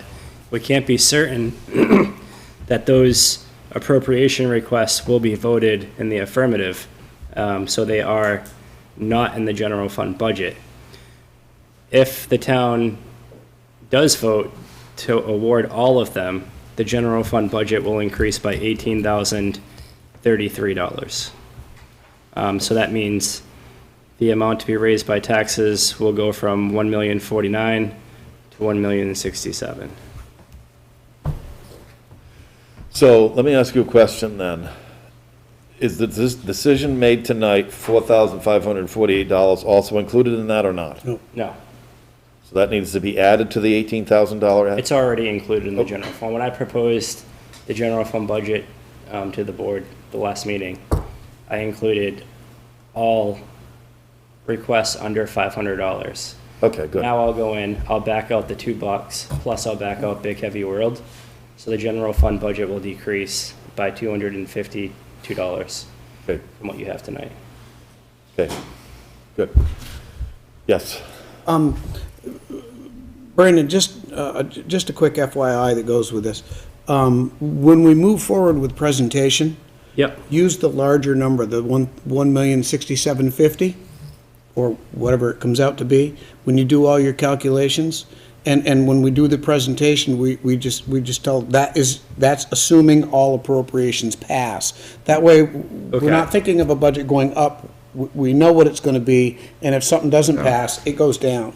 Okay. Well, but the problem is, That's how it's always been done, Dave. nope, it hasn't. As long as I remember. Nope, tell you why. So we're gonna have, at the end of the day, we're gonna have to formulate the general fund article. And the article will say something different. It will not say $1,067,000. That's not what I was talking about. You're exactly right, Dave. He is right. The general fund article won't change. Yeah. But that's not the general fund, when you put it up, you create one of these that has lines, and you got the general fund, you got the highway fund, you've got the appropriations, et cetera, et cetera, et cetera. And you put that together so you can actually project the tax rate out as if everything passes. Paul knows what I'm talking about. So do you, Dave. That's the way you've seen it before. But he is right. Your general fund has to be what your general fund is. But we have a lot to talk about here, and one of the things we have a lot to talk about is whatever so if we're getting into the general fund, we have to decide, or we will have to decide what to do, for instance, with the $69,400 that we just have as cash. And then we also have to find out what the dollar amount that Brandon is comfortable with, whatever the other FY21 general fund balance was, the surplus. So that combined with the $69,400 is going to have to be directed to go somewhere. Either tax relief or reserve accounts that are located in the general fund, or some fit, because it's a little, we're not gonna let, or I'm not gonna let, or I hope collectively we don't let, somewhere in the vicinity of $100,000 go through the general fund budget as cash and then decide next year. That's not the right thing to do. So we need to be able to break down that discussion and start making those decisions, unless we're gonna have another meeting. We can do a couple of them things tonight if you care to. I know Brandon's I asked him to, and I think he has, given the reserve accounts, or he'll have the totals to work with or whatever. Now, we don't wanna go down to zero. Nobody's talking about going down to zero for the general fund. I wanna focus on the general fund for the moment. And, and then talk about what everybody wants to do or not wants to do. It's all positive steps here, okay? This isn't anything to do with being in a difficult financial position, because it's not. But, having said that, it's giving us the opportunity to think forward significantly to build not only just the FY '23 budget, but the '24 budget for the needs that might come in anticipation of. So, So when I assembled the general fund budget, I was looking at a fund balance of $79,917. I've assumed using $45,000 of this fund balance for tax relief. So this budget already has $45,418 of tax relief built into it. That leaves $37,971 plus $69,400. So around $100,000. Those numbers are currently being confirmed by our auditors. And they did actually tell me today that they will have an audit. Can I ask a really quick question, Dave? For the 18th. So I don't want to go down to the penny. I'm not 100% sure because they're being confirmed, but I think we have around 100,000. The way you just laid that out, the 22 that Dave and you were talking about a minute ago, is that already built into the general fund somewhere so that The 18 is not. So the no, 18, not the 18, the 22. What From 22? from the Board of Abatement. Board of Abatement. It's all gone. Oh, that's already, that's been, That's what I mean. The way you just presented those numbers, you've already dealt with that in the budget. so that's been absorbed into last year's That's budget, last year's budget. FY21. So basically what we did is we overspent the Board of Abatement line in the FY21 budget by about $16,000. Oh, okay. No, I'm good. That clears it up. Thanks. You're welcome. So you just want to push this off and make those decisions on the 18th? I mean, I would say between, even like into March, I think would be Can't do fine. that. Can't do that, because the warning is going to be signed by, unless we have another meeting around the 20th, you'd have to check with Floanne, but. I'm comfortable with We're going to do this in January, so whatever's going to happen is going to be within the next meeting or two. Yeah, So, I'm comfortable with the board voting, I mean, I'm comfortable with the general fund budget with the $45,000 in tax relief built in, and then deciding on the remaining fund balance throughout the year. let me ask the board this question. So Brandon just said, and I wrote it down, approximately, now, we're not holding anybody to anything, he thought there was about $37,000 in addition to the $69,000, is $106,000. Let's just round that off to 100, because nobody's gonna get, the auditors are gonna confirm what it is. What are ideas that the board thinks would be helpful for that? Now, listen to what he just said, because he already said that he gave, or there's already been a consideration for tax relief at $45,000, so that's a little more than a penny. That's a penny and a quarter. Can I just make a statement? Yep. So the 37,000 plus the 69, so that 100 that we're talking about? Yep. That 100 is, what I'm thinking is remaining after I entered 45,000 into tax relief. That's what I get. That's correct. If that, okay. I get it. Yeah, we got it. So let me lead off, okay? So he and I have been discussing this a lot, Brandon and I, and one of the things that we did, for instance, was, we took a certain amount of money out of the rainy day fund, and we may have done two of those, removals. One was for the salt shed that I know specifically at Highway. I don't know if we did another one or not, but so I asked him, and I'm sure that we can look it all up on the reserve accounts. I'm just floating this idea out for opportunity for the board to consider. The voters voted, got to be 5, 6, 7 years ago now, to establish a rainy day fund for the general fund. They also have two accounts for highway, but I don't want to talk about highway at this moment. I just wanted to throw that out there. The article says for the general fund that it's capped at 10% of the budget of the general fund. So our budget in any particular year is around $1,400,000 for the general fund operating. That means that the voters capped the rainy day fund at around $140,000. The conversation that Brandon and I had was, he looked up the fund balance, I'm sure it's in here somewhere, I don't need to scroll down. But the reserve account for the rainy day fund was something like in the high one teens or something, or was it 120? Something like that. So it's about $20,000 short of its cap. I would advocate that we return some of this $100,000 to the rainy day fund so that that would be fully funded. Because it came in handy on the salt shed. It can be interchanged. It may come in handy again when we do this Martin Hall and we keep those reserve accounts up. Like this building right down here we're doing. I don't know what this bid's gonna be. One other thing that we should be looking at hard in the general fund is particularly with the discussion coming up about fire. So we need to think about what the warning's gonna say. Are we gonna have an article for equipment fund or for gear fund? Are we gonna put any money into those two? Because the main general fund budget here that you see does not establish any money for either gear for fire or for wheels. Next up would be, I had a conversation with Bill Daniels. I've gone over all these with Brandon, with the police.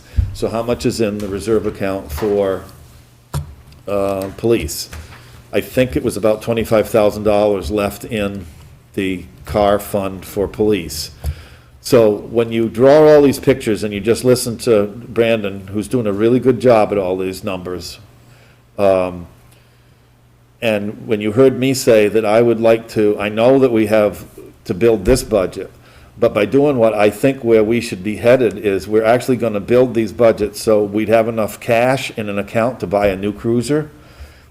We'd be able to put 20 or 30,000 or more into the wheel fund for fire and not have any special articles because we already did it with the money that we had. So. And that results in tax reduction or tax relief at a later date. It just keeps things going nice and smooth. And plus, he already had used 45,000 from wherever that was to achieve that for this year as well. So, it's really quite miraculous, because if you have this kind of conversation with other towns, they want to know what's happening here to do this. I don't have all the answers, but they do. So.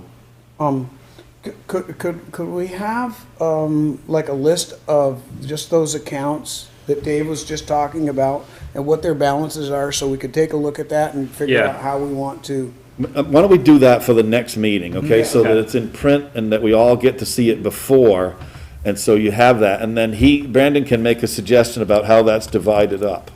Don't forget to put down how much Darren's gonna give us. Yep. He's given us. So. Yeah, he is. Yeah, that's what I heard. Yep.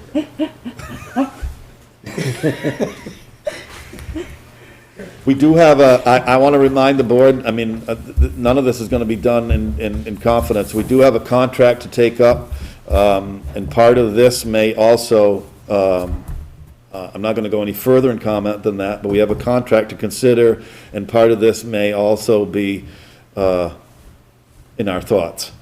So I don't know, but, so to recap, does the board want to take any action on the general fund budget tonight?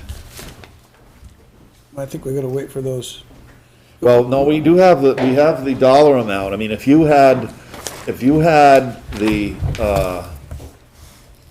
I am comfortable with the board taking a vote on the general fund, but you can do it the next meeting if you. Yeah, I guess I'm getting a little more comfortable doing it at the next meeting, I guess. I just don't want to make a mistake and then have to review it again. Because it's an article that we're going to craft to word it for the board to consider. Yep. So we're going to know, shall the voters of Weathersfield appropriate, whatever it is, $1.4 million for the general fund, of which. I'll have all of the articles crafted for the next meeting as well. Yes. Yes. Okay. And then if anything needs to change in the next meeting, we can be flexible Good, and 'cause- change it in the moment and print it and. If we can go that way and not, and there's no issue time-wise or anything, I think it'd be foolish to force it tonight. I Yeah. mean, No. we don't have to, we don't. Right. No, you did see, so if you scroll down a little bit on your screens, everybody, you do see the Town of Weathersfield Reserve Funds. So we do see some of these things on here. Yes. I think that probably it's a really good thing that if we highlight the ones that I just mentioned, those are the, and then also it'll give Brandon a moment or of pause or whatever to see whether any funds are allocated to come out of those reserve accounts. Yeah. You see, so I don't know that, so,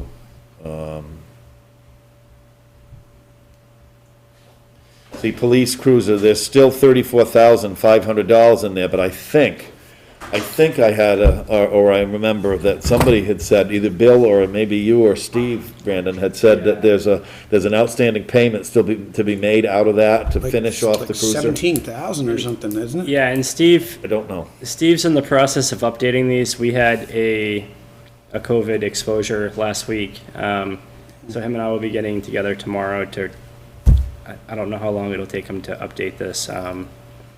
But this one's from 10/7. It doesn't include the expenses out of the police cruiser reserve, nor does it include the expenses out of the rainy day fund, which include the repairs down here and maybe the salt shed. I can't remember if the salt shed. Dave, whoop, I'm sorry, go ahead. And I believe, let me look at the rest of these. Oh, I had a question down on the bottom there. The Martin Memorial Harbor Reserve is $0. Is that the one that the auditors combined together into Yes. one on us? Yes. But that was something that was created by the voters. Did they have a legal right to do that? No, and Steve, I remember him sitting in a meeting for us, and he wanted to gather more information about what we thought about that, because it sounded like he was also in agreement with us, and we do have a new auditing team, and the other auditors wanted to combine all of these accounts and just have one big one and let us all fight for ourselves. That happened before all you guys got to be members, and I was here. It was the biggest mess you've ever seen, because we had to go back and literally find out how the breakdown of all this was. There was just one big account. So if you're an auditor, of course you love that. You just have to deal with, $1,200,000. You don't have to deal with all of these individual accounts. And track the interest on them. When the administrations change or when workers upstairs change, it's a complete disaster. They have no way of figuring it out. It is so much better to have this right here and to argue with the auditors saying, I'm sorry, but we're going to have 27 accounts. Well, our voters voted for that. Yep, that's right. So, anyways, that's a point. So what that means is, it means the description of what you can use those funds for at Martin Hall. That's correct. So it's very, there was two funds, I recall this. One was for, let's say that a couple of windows broke. The trustees came in and they could take the money out and fix the windows. They didn't need anybody to approve. They just did a repair. And then the other one was like a major league thing. Capital like improvements. Capital improvements. Okay, let's, we've already, it seems like we've already covered what of the general fund reserve account, so we're gonna have a little bit of a breakdown and more current information then. To finish the discussion we were just having, though, I know you want to move on, Dave, but the Martin Memorial Cap Maintenance Improvement at 46,000, I think if we go back sometime within the last 4 or 5 years that happened. It wasn't that long ago. It wasn't that long ago. We should be able to find where they did that and basically just undo it and move that money back. Okay. I think it's all in that, is what I don't know. I think. I don't know. I'll take a look into it, Mike. Is there any other discussion about this? So I think we have a general idea about what we're gonna try to assemble. I mean, the worst case picture happens that we have another meeting closer to the end of January. That'd be the worst case picture, and I'd have to find out what the date would be for Floanne for the warning.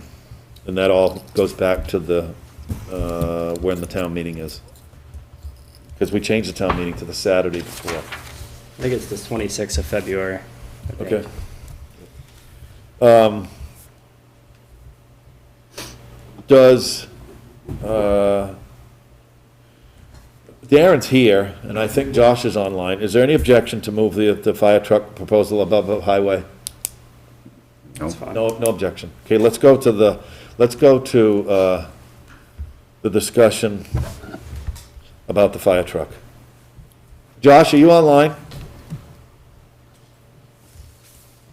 You're correct, Brandon, 26.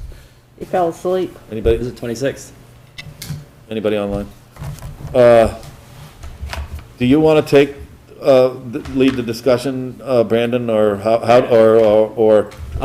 It doesn't matter to me. Go ahead. I'll kick off the conversation, and then I'm sure Darren, so Darren contacted me last week, and he said that he had a creative idea. So we talked about it, and in the moment I created this memorandum to the board. And basically, what Chief Spalding is proposing is to reuse the truck he has, and to remove 6 feet from the frame and sandblast from the cab back with new rims, and add in 1,800 gallons of water, essentially converting that truck into a tanker and saving the town around $160,000. And then there's 2 other options that could increase the cost from $240,000 to $316,000, and that includes actually purchasing a new chassis for $78,000. Then there's a light bar, or not a light bar, an add-in that you'll see on attachment B, and what that is a big arrow that would go on the back of the fire truck to direct traffic, and the arrow can go either way, left or right. Darren, do you want to take it from there? Sure. So, after the last meeting 2 weeks ago, I know the price scared a lot of different people. And I had talked to Larry last year about this. And him and I met, went through the truck, and he's confident since we ordered that truck in '95, we ordered it with a heavy-duty frame at West Hazeltine's request. And when we bought it, Larry had to add 6 feet to it to add the pump housing and the extra cab. And he's confident that he could take the 6 feet out, shorten that truck up, and able to put 1,850 gallons of water on it. Everything that was on that new twin axle International that we originally spec'd out, get rid of some water and keep 1,800 gallons, like I said, 50 on it, and have the pump on it like we originally wanted. And his, as Brandon said, was 238 and change. And then, yes, the town of Weathersfield would be down an engine for a little over a year. But I know 2 fire chiefs that I've talked to said they've got a loaner engine for the town if need be, if we decide to go that route. The other option is Larry had, okay, let me back up. So in that 238,740, Larry's got $20,000 in there to cut the frame, sandblast it, and weld it. And he said the option, that $78,000 option, that 20 would be included in that, because he said he could get that chassis for $100 and something thousand from Freightliner. And the other thing that pushed this whole issue to try to come into a different way, there's 3 truck manufacturers out there, International, Peterbilt, and Kenworth. There's a wait time of 2 to 3 years for a chassis, a fire truck chassis right now. So that's where these options came up. The only one right now that you can get a chassis out of is Freightliner, or reuse this chassis.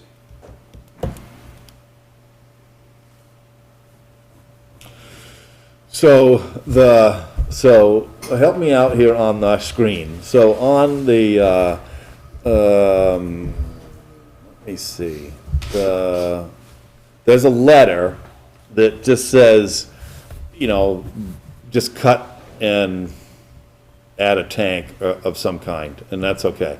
So, but then there's another letter, a quote from Dingy. But it gets specific. So does it, is it putting in a new pump? For the for the 238,000, it's putting a new pump on the truck? Putting a new pump on the truck, yes. Okay. How big is the tank on there now? 1250. So it increases it by 600 gallons? Correct. Is that enough? You have foam on it, so foam doubles your water, just like on the engine or engine 4. So it doubles your water. In a situation where you use foam? Excuse me? In a situation where you use foam? You don't always use foam, right? We try to use foam, but that's... Oh, you do? Okay. Okay. That's good to know. I had one other question. Go ahead. You concerned me a little bit when you said we're going to be down an engine. What does that mean? Well, if the board and the taxpayers vote to go, let's say we want to reuse the 95 chassis, Yeah, that truck would be over to Dinges for a year.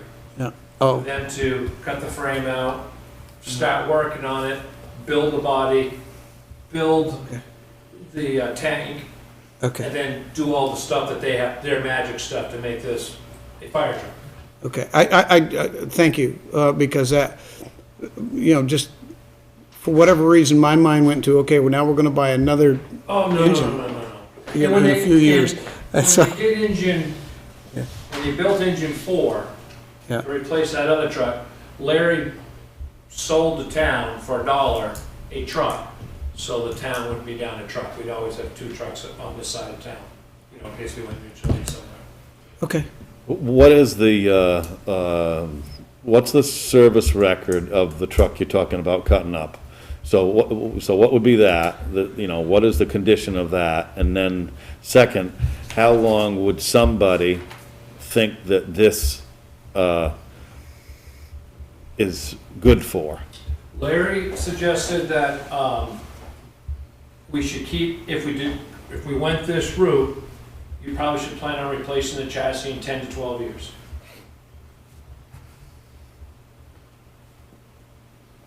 Does everybody follow that? So, you know, I appreciate actually the proposal, because I don't know yet, because it's a little early about support or not support. But it does get through, it adds water, it adds, what, 50% water, is it? Maybe not. It upgrades, it cuts the cab down, it still fits in your house. Yes. It's about $160,000 lower than the first proposal. It probably won't drain the bank account. Dave, can I say something before I forget it? Yep. In one of the other proposals you see, I think Larry said he had to replace the springs. Well, in order for the truck to pass inspection, Reed had to do the springs this past summer. So the springs are all up to snuff for that. And that's why I asked about whatever the service record on the truck was. So where would that be? So I think I remember you saying that there was a broken leaf on one of them and that they put both on? Yeah, they Is that- replaced both. Okay, so they're both on. Yeah. All right, so that's a good sign. That's a really good sign. Yeah. So, I don't know. Are there any other questions? Joe, you're silent.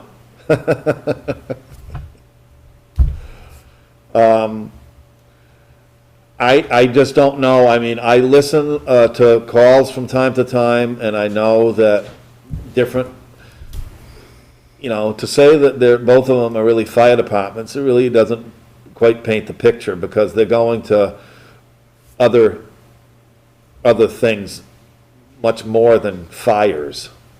That's not to diminish fire, but that's a fact. I just stumbled onto something. When you go down through that letter you were talking about, if I can, real quick. Yep. You get down on page 2 of 3, water tank and body. It says a 2,100 gallon portable That's a tank. porta tank. That's a porta tank that you take off the side of the truck to dump your water into. Oh, Yeah, that's like. okay, so you got 1,800, Right, you always 50 try to you'll have go, with you, you and always then- you always try to get a bigger porta tank than what your truck holds. I'm learning so much. So they've got other trucks that can dump into that Mm-hmm. at a scene. It's just a spill.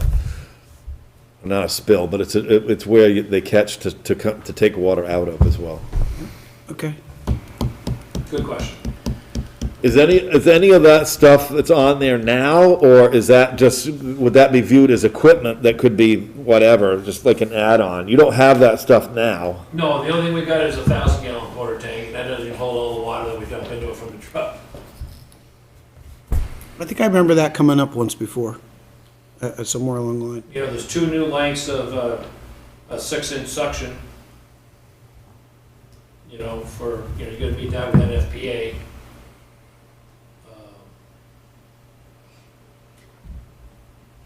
And like I said, the Foam Pro system that they're adding to it. There's not foam on the truck now? No.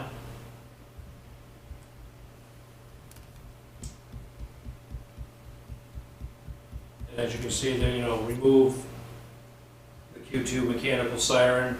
If they gotta replace the bumper because the bumper's rotted out, that's patched with 2 pieces of aluminum. They're just gonna put a new bumper on, put the siren back on. One of the things we need to decide is that we can't let everything, we just can't afford everything that's brand new, but we can't afford to let stuff get old. So that's what we need to do. We need to get our arms around that. That's right, Dave. So it's the same with any other thing that we do in town, whether it's police cars or highway or whatever, or fire stuff. We can't let everything get old, and we can't afford to keep buying brand new all the stuff, so year over year. So, do you have were you able to, Brandon, assemble some kind of a financing package on this proposal? No, I wanted to determine what the select board agrees with, and then I'll develop a finance package based on that. So I don't know which way the board wants to go. In a nutshell, we just heard a proposal that is 238, and I believe the top other proposal was around 400. So we're looking at around $160,000 difference of proposals. At 238, 740. Yeah. So, yeah, but I just want to paint a different picture. So the picture would be, we also heard that the life of proposal number 1, I'll just call it, and I'm not picking sides, for 238 was going to be 10 to 12 years. We all know that the life of one of our previous purchases of around 400,000, it happens to be around 20 to 25 years. So everybody just needs to, but one of the questions, and it's a really important question to understand, or not a question, a statement, is that if we bought a new truck today or ordered something new, that it would probably take 2 years in order for it to actually come into service, probably. It would or wouldn't? Would. No, because... You don't think so? No, it's usually about a year to a year, and I think his contract's a year and a half, 14 months. Okay. But this one here, we've already got the chassis, so you wouldn't have... No, I'm trying to weigh the odds here. So on one hand, you have what you're talking about, which is a readjustment of a already purchased unit. Then you have another brand new one. So that's what the board has to figure out what to do with. I have a couple of questions. Chief, how much will it cost for a loaner truck for that year? I would have no idea. That's the 2 departments I talked to who would let us borrow it. Obviously, what they would do is you'd have to drop a contract that if this truck died in our possession, say it blew a tire or whatever, we'd have to pay to have it fixed. Or if the pump stopped working, we'd have to repair to fix that. And what are we doing for that year? Like, I mean, after that, are we buying a new engine? Well, the only reason we would borrow a truck is, well, our truck's out getting repaired. Or we bought a new one, however we were going Well, if we bought a new one, if, you know, a new $400,000 one, this old one stays in service until the new one comes in. Okay. So there's no replacement there. The only replacement will come is if we choose to go forward with the 238 proposal, and then, there's a time period that the truck will be absent. Let me ask you this, won't this go out, I mean, we seem to be picking a vendor here, this is gonna go out to bid. Oh, So- right. So it's not just dingy. We're not just doing like a contract here saying, okay, you got it, you go do The it. reason I went with Dingy, because he's right across the river, I can't go to Florida and go meet with them guys, these guys are there.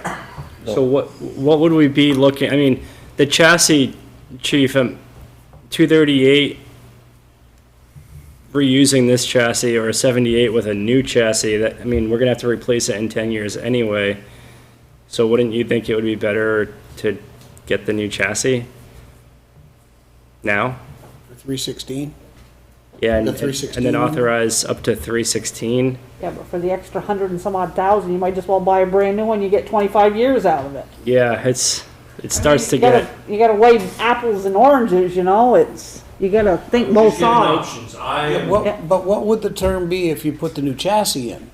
I don't think, because that was the point, was it was 10 to 12 years because of the old chassis, right? If you replace it with a new chassis, is it still just 10 or 12 years? No, you'd get 25 to 30. Okay, so you'd be back to you'd be at 25 years for 316. so like a 316 seems, And on that 316 chassis that we're talking about with the new truck, Larry, because he buys so many, I'm sorry, I'm using his term, just Larry, but Larry buys so many trucks from Freightliner, and they have promised him several Freightliner chassis, where Joe Blow, who's starting a new fire truck company, may not be able to get them.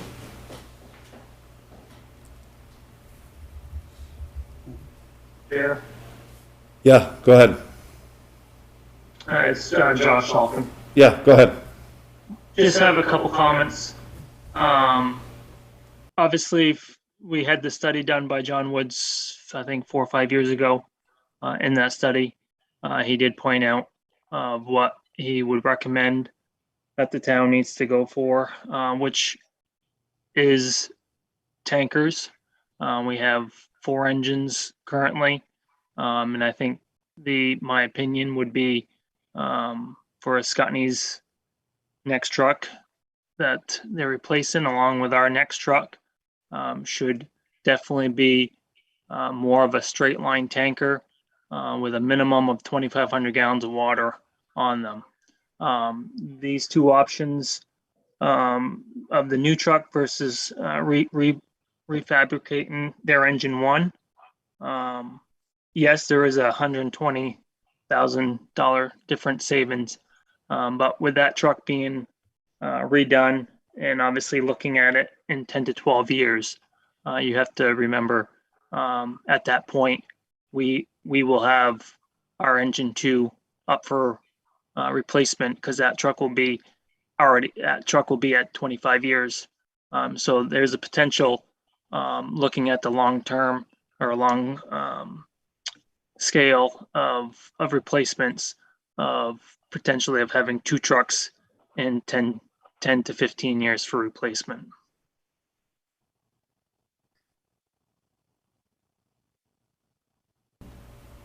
Remember, we talked about that 2 weeks ago too, about the crossing over.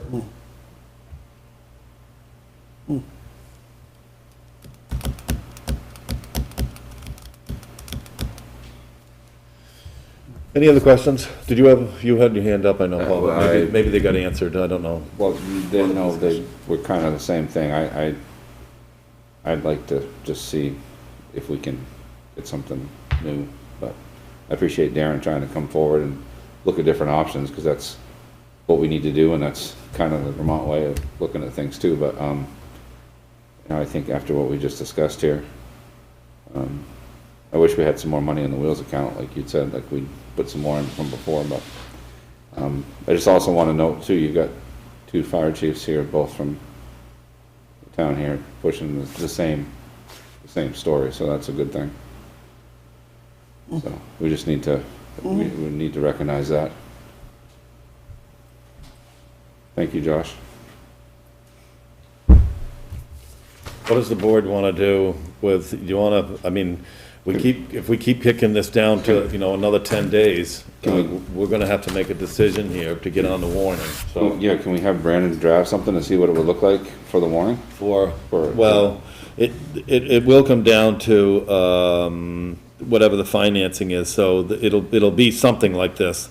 Shall the voters of the town of Weathersfield, appropriate a sum not to exceed, whatever the amount that's picked here, of which, $100,000 will be removed from the reserve account for fire, and then, financing term of whatever that is, for a period not to exceed probably 5 years. Josh is not wrong when he referred to the Wood report. So we spent $5,000 or $7,000 on somebody, whatever it was, to have somebody come in and have an opinion about what to do and what not to do. I don't recall that report claiming to keep buying Engines.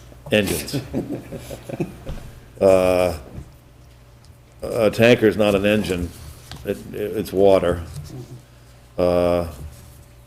So, and that's why I said what I said early on, when the fire departments are much more than fire departments. They are, which doesn't, in my opinion, both chiefs may disagree with me, I listened to the scanner enough. There are quite honestly a few instances that require fire. There are 99 instances that require other things other than fire for people that make that 911 call.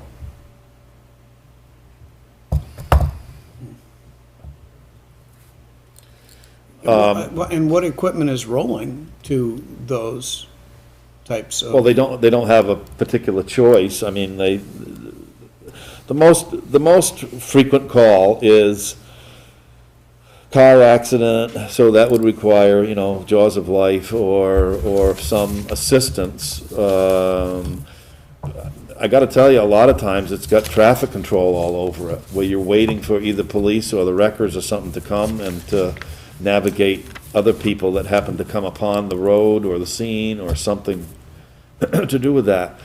And none of the people that belong to the fire departments particularly like that. I've spoken to people that are in both departments. I mean, I've heard all the terms, they don't. So I guess I'm curious, what are you advocating for?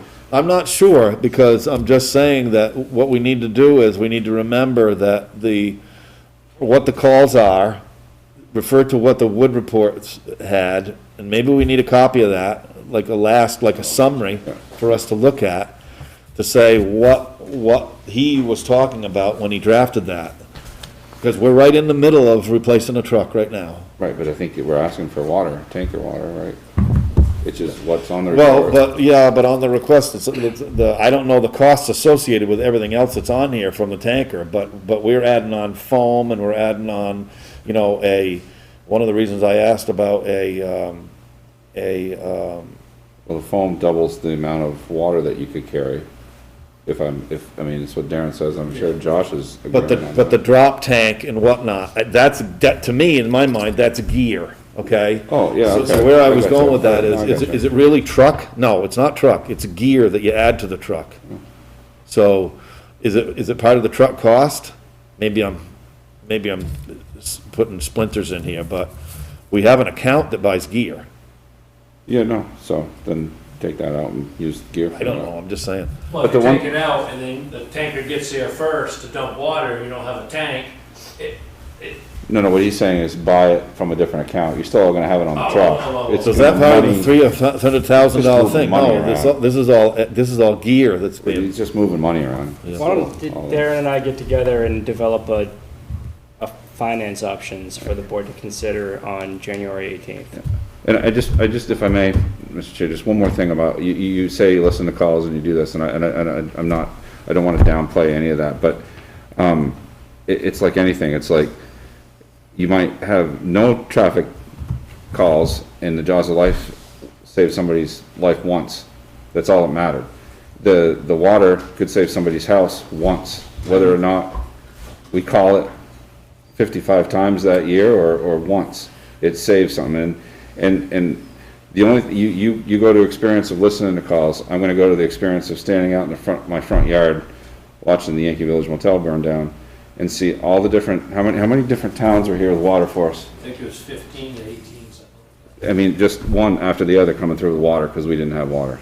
I was there. No, I know, just saying, so, I mean, I'm looking at that too, so I think we're in agreement, we want water and we need tankers, we're just trying to figure out how to do it, right? Well, one of the things that you brought up was that actually it was mutual aid. So when we go and then we receive, so. And like Darren said, if I may, that the other towns, as their tankers are needing to be replaced, they're not replacing them as much because they have water systems such as Claremont or other towns, so they're not, is that correct? Yeah, in the manpower, they're short manpower. So, But I think another side of that conversation that's equally as important is having the right machinery or vehicles or equipment to respond to the emergency calls, if that's what we have for a department. So I think what Dave is getting at is identifying what we want the departments to do, and then providing, then it's up to us to provide that. and this wasn't a back and forth, I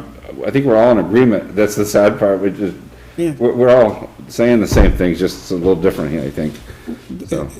There's more than one issue here. Yeah, no, right, we just wanna make sure we're spending the money in the right place. Well, right now, we're Absolutely. dealing with one issue. Yeah. But there are others. Yeah. that Can we get a copy, Brandon, to send out a summary sheet of what the Wood Report had for everybody? And copy everybody. I don't care who you copy, Steve Heyer, both chiefs, the board, everybody, so they can, well, no, it's important to go into finance or whatever else. No, I don't know absolutely. that if he got that deep into a long-term capital purchase plan, maybe we need to look at that or whatever, if it's got, like, whatever it's doing. The problem is I don't think the need so much, it's that the zeros on the end are adding up, and it's not really about the interest per se.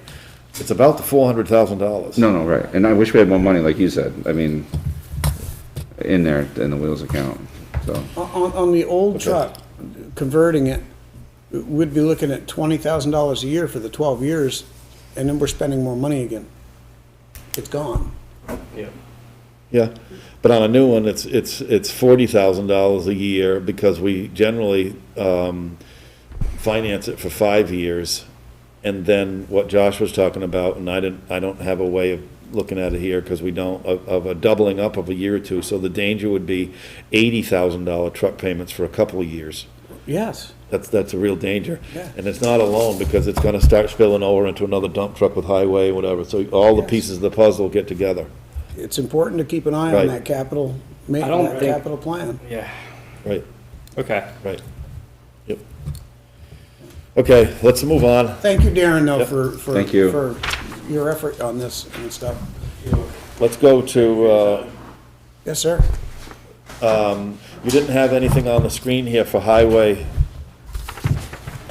budget discussion? Is there, it's a So I've memorandum? prepared No, a memo here. It's not the truck, it's, This, Okay, I do not have a memo. Nothing has changed since the last meeting.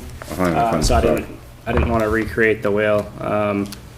This budget uses $74,861 in fund balance, and decreases the tax need by $16,429 from $946 to $930,000. And then it pays for the greater payment for 2 years, essentially reducing those payments for 2 years. So I think the budget itself is in good shape, but the board needs to decide on whether 74,000 and reducing the budget from 946 to 930 is what you want to do, and if so,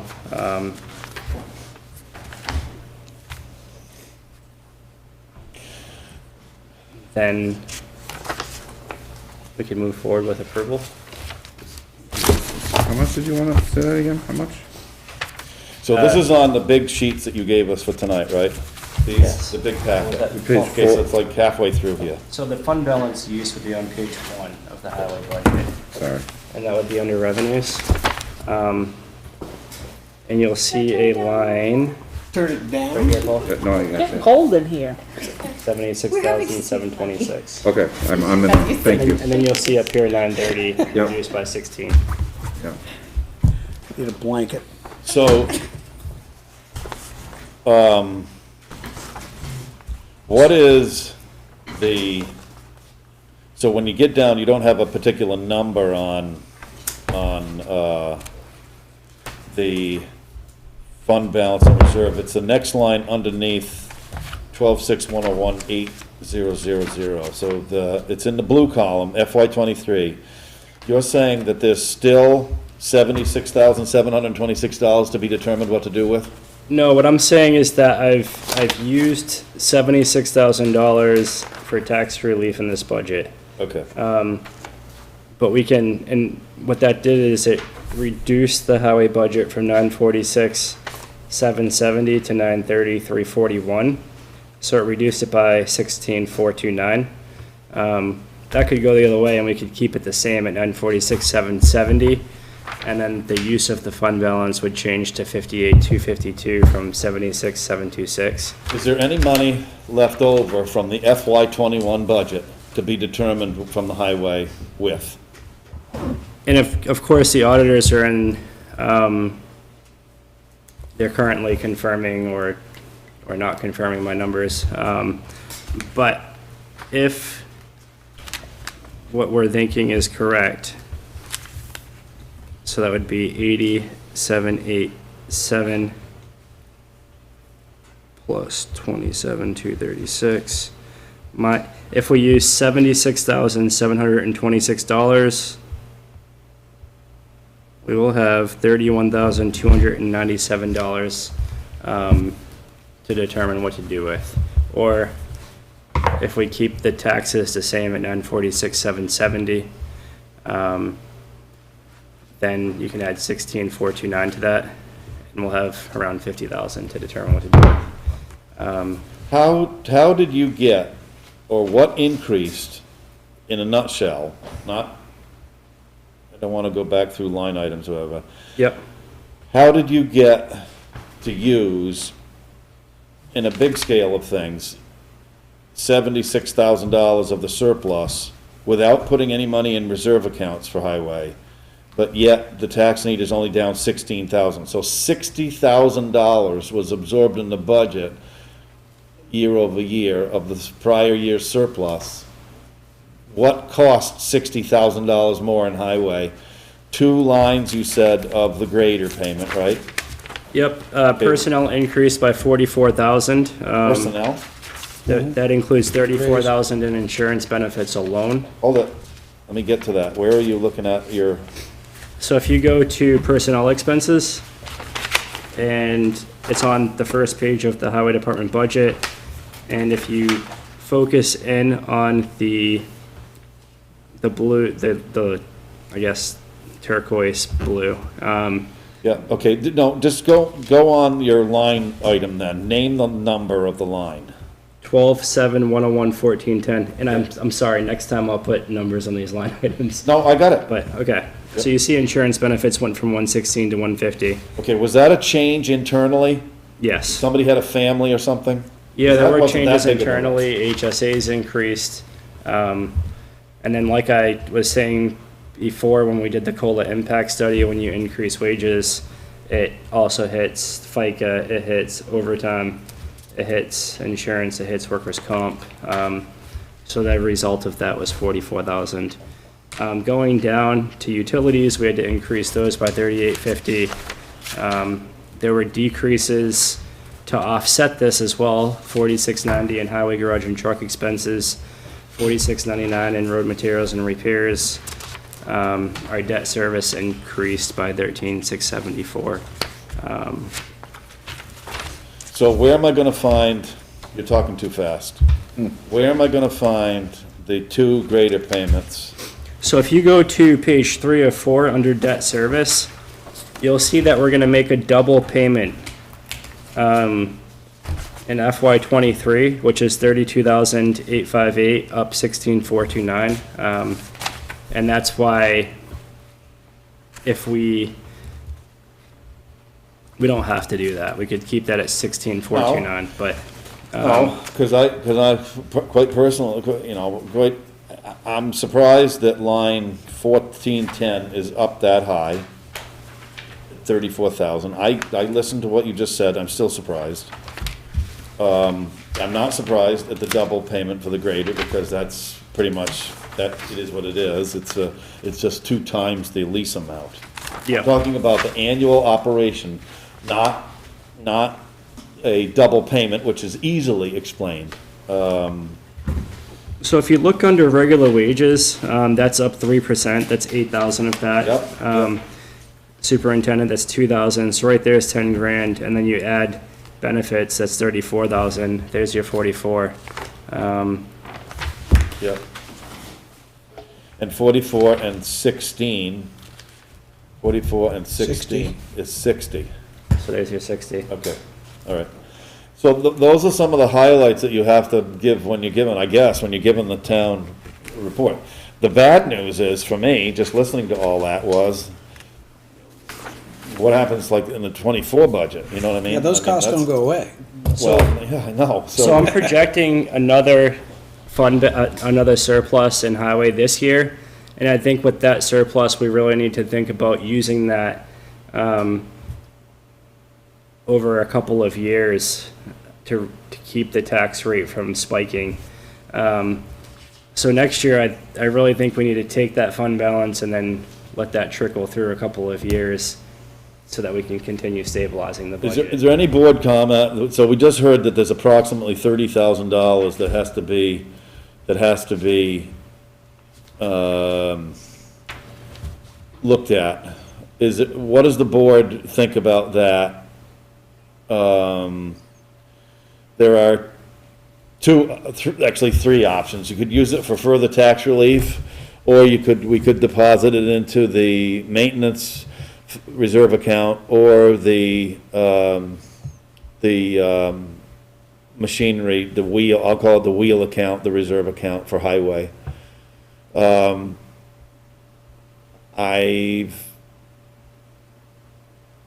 seen the budget before the numbers, and it bothers me a lot to see that part of this budget that Brandon's done a good job on was there was brought forward an FY '20 surplus of a certain amount of money. So there's been 2 years rolling around in there. That doesn't sound good. It doesn't feel good. It doesn't look good. It needs to be deposited somewhere where it's, so if you formulate all these lines in the budget, you're trying to be honest and open, saying that you need a certain amount for diesel fuel, you need tires, you need this and you need that. But to carry forward a couple years of surplus, that's really not, that's not working for me. Good thing we're paving Kendrick's Corners, or we'd have more sitting there. Actually, it'd be less, because we'd have, when, that's not even factoring in that we've got to minus that out. I'm just saying though, you got, some of this stuff is because we asked for money, but we didn't spend it all. We didn't spend money, I think. So to your point, I think you want to look at getting tighter on what we asked for, so you're not ending up with a surplus. Yeah, that too, but then also, so a consideration, which we're going to take up in a minute, is a proposal that's absolutely going to drain the wheel account. Not the maintenance account has plenty in it, as far as I'm concerned. Because the maintenance of the roads also has to take in consideration the general operating annual budget. I know it's different, I was No, but I'm talking about, we're spending $1 million on the roads, okay? Yeah. So you go down through all these lines and you say, there's so much for paving, there's chloride, there's gravel, there's stuff, okay? So there's a line items for everything to take care of the annual needs of the budget. Then there's so we do have a maintenance reserve account we can pull money out of there for culverts or gravel or whatever. I'm suggesting that we take the $30,000, and that's a rough number, and we deposit it in the wheel fund. In the wheels, yeah, for use of wheels. Yeah. For reserve. I would just ask the board to think about that until the next meeting. The auditors are currently confirming the numbers, so we'll know it to the penny. Yeah, I'm good with one of those counts. Right. I'm good with the budget See that what Brandon happens. has proposed as far as the top end of the budget and the amount to be raised by taxes at 930, 341. What we need to do here, folks, is we have too much on the plate for the next meeting, because we haven't really solved that much for this. So I'm saying that I think that the highway budget is set, and that I think we should have a motion made tonight to approve the highway, and then he can give us a formulation of the warned article, but that we don't talk about the highway budget. We've talked about it enough. So, is there a, You want the motion? yeah, won't it say on the last page, you got the totals? Yeah. Oh. 404. Yeah, okay.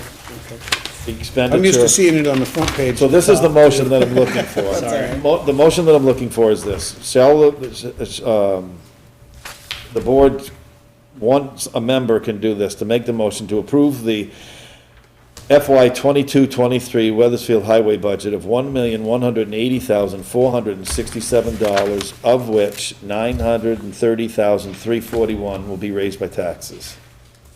That's what I want to hear. Those numbers correct, Brandon? They are. So moved? I'll second that. Motion been made and seconded to approve the highway budget for FY '23 in the amount of $1,180,467, with the amount to be raised by taxes at $930,341. Yep. Is there any discussion? All those in favor say aye. Aye. Any opposed? Good. So then, the only outstanding issue for highway will be if we're What to do trying with to the- just talk about the $30,000. Okay. So now let's go to, the proposed truck. The highway. All right, so what I've done from the last meeting is I put together some finance options, and there's 6 different finance options here, with the highest amount down of $30,000. Right now, we have a $31,304 payment in the FY '23 budget, and that's the last payment on our plow truck. So all of these options will reduce the amount of that line item from 16,000, if we pick the highest option, to 5,000. So the line's gonna reduce by at least $5,000, regardless of which of these options we choose in the FY '24 budget. I think option 3, in my opinion, is the most attractive. We finance it for 5 years, which means less interest. We put $15,000 down. The principal payment is $23,000, which is down $8,000 for FY '24. For how long? For 5 years. But for 5 more years for that truck. Yeah. That's, I'm just gonna tell you flat out that that's a lot of money out for that size truck. Yep. You're talking about the price of the truck being between 120 and 130. Yeah, and I'm talking about the, yeah. That, yeah, I don't know what. I was looking for the cost of that wing, and I see the sheet breakdown, but it doesn't give me the cost of that wing. Okay. What is that necessary for? The wing? Yeah. On a truck that size? You know, it's. I'm not sure that's a fair question for Brandon. That's a fair question for Ray, but, Okay. but, I don't wanna put him on the spot. Well, he can get the answer. Yes. He doesn't have to have it right now. I'm concerned about what we're buying. The truck that we've got now acts as a support truck, not a plow truck. And we have 6 plow trucks. And this is like getting a bigger truck than a regular 1-ton, which is a support truck. So maybe we should hear a little bit more before we make a decision on what. Yeah. I'm not ready on this. You want something, Joey, or no? I was just gonna kind of asked the question why we heard when we got the new dump truck, we're trying to get bigger trucks to take some stress off the smaller rigs, and then the next new truck we're gonna get is this little tiny thing that's supposed to be a plow truck. There's just conflicting stories of the last couple pieces we bought is all. I'm all for it, whatever is gonna be best for his people and whatever he needs to do, I get it. But we just need to pick a direction here. Got it. You remember that, right? What's that? You remember being told that we're trying to make the trucks bigger, moving up to 10-wheelers rather than 6-wheelers because we need the big trucks to make plowing easier. You remember hearing that, right? And it was an issue of not coming back for double the sand. Yeah. So your loads are, you've got double the amount on there. Well, I guess what I'd be more than happy to hear is that there are other things to do with the machinery that the town has other than sanding and plowing. And, it's wintertime is one season, but there are 3 other seasons. The truck that we have now has drop-down sides, and it's much handy to put in things that's needed when they're doing work in those other 3 seasons, other than just plowing and sanding.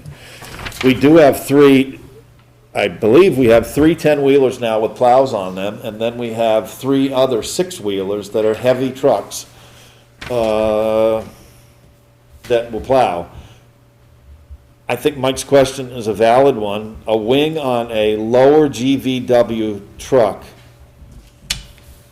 and I've had machinery for 50 years, first of all, that's really not going to be a warranty issue. When somebody bangs that into like a rock or a tree, and we have a crack in the well, that is not a warranty issue. That is called a light-duty machine that really wasn't made to go into that environment. I mean, I do it all the time with my tractors, and so I guess I'd like to hear more about this. But I don't, to answer your question, Brandon, I don't know where I'm at with the financing about this, about putting like a little bit down and then financing a big picture. So I mean, for instance, what would be the next piece that we looked at? I think we heard from Ray at the last meeting that it might be the backhoe. Yeah. So again, it's the same as the fire discussion. Where does it go from the emptying of a reserve account or a loan payment? Where does it fit into the That makes sense. payment? I was trying to go lower on Yep. this one since we went higher on the last one. Yep. But I'm gonna look at the capital plan. Yep. Also chat with Ray about the use of this truck and whether it's the best fit for our, He's got a short paragraph here, but probably some more elaboration on it. yeah, that sounds good. Yep. I'd like to see a comparison, on just a straight replacement for what they have now. Okay. Agreed. What would that look like? I know they bought the sanding unit after. I think they've got a Procast sander after. I mean, I don't know that that's wore out. I mean, maybe they put that on the new one. They just slide it in the back of the body. I don't know. I mean, it's not like you gotta go get everything new just because we're getting a new truck. I mean, we don't do that at home. But the agenda, I'm sure that I'll be able to figure that out because we didn't have much solved tonight. So a lot of this stuff's gonna repeat. Let's go to warrant, please. Let's pay the bills. Go ahead. I'm on a different page. Okay, you sure? Yeah, oh yeah, you do fine. Oh, just asking, I was like. I don't own it. Well, I know that, but I'll make a motion that we approve the warrant for, January 3rd, 2022. Payroll for general fund, $15,466.12. Operating expenses, $29,890.28. Highway fund payroll is $9,568.61. Operating expense is $47,479.35. The solid waste management fund payroll is $1,538.71. Operating expense is $778.17. Library payroll is $1,983.60. Operating expense is $0. For grand total of Payroll is $28,557.04, an operating expense of $78,147.80. Second. Motion been made and seconded to approve the warrants dated January 3rd, 2022. Said that for the first time. I know, it's weird. I was like, yeah. Is there any discussion?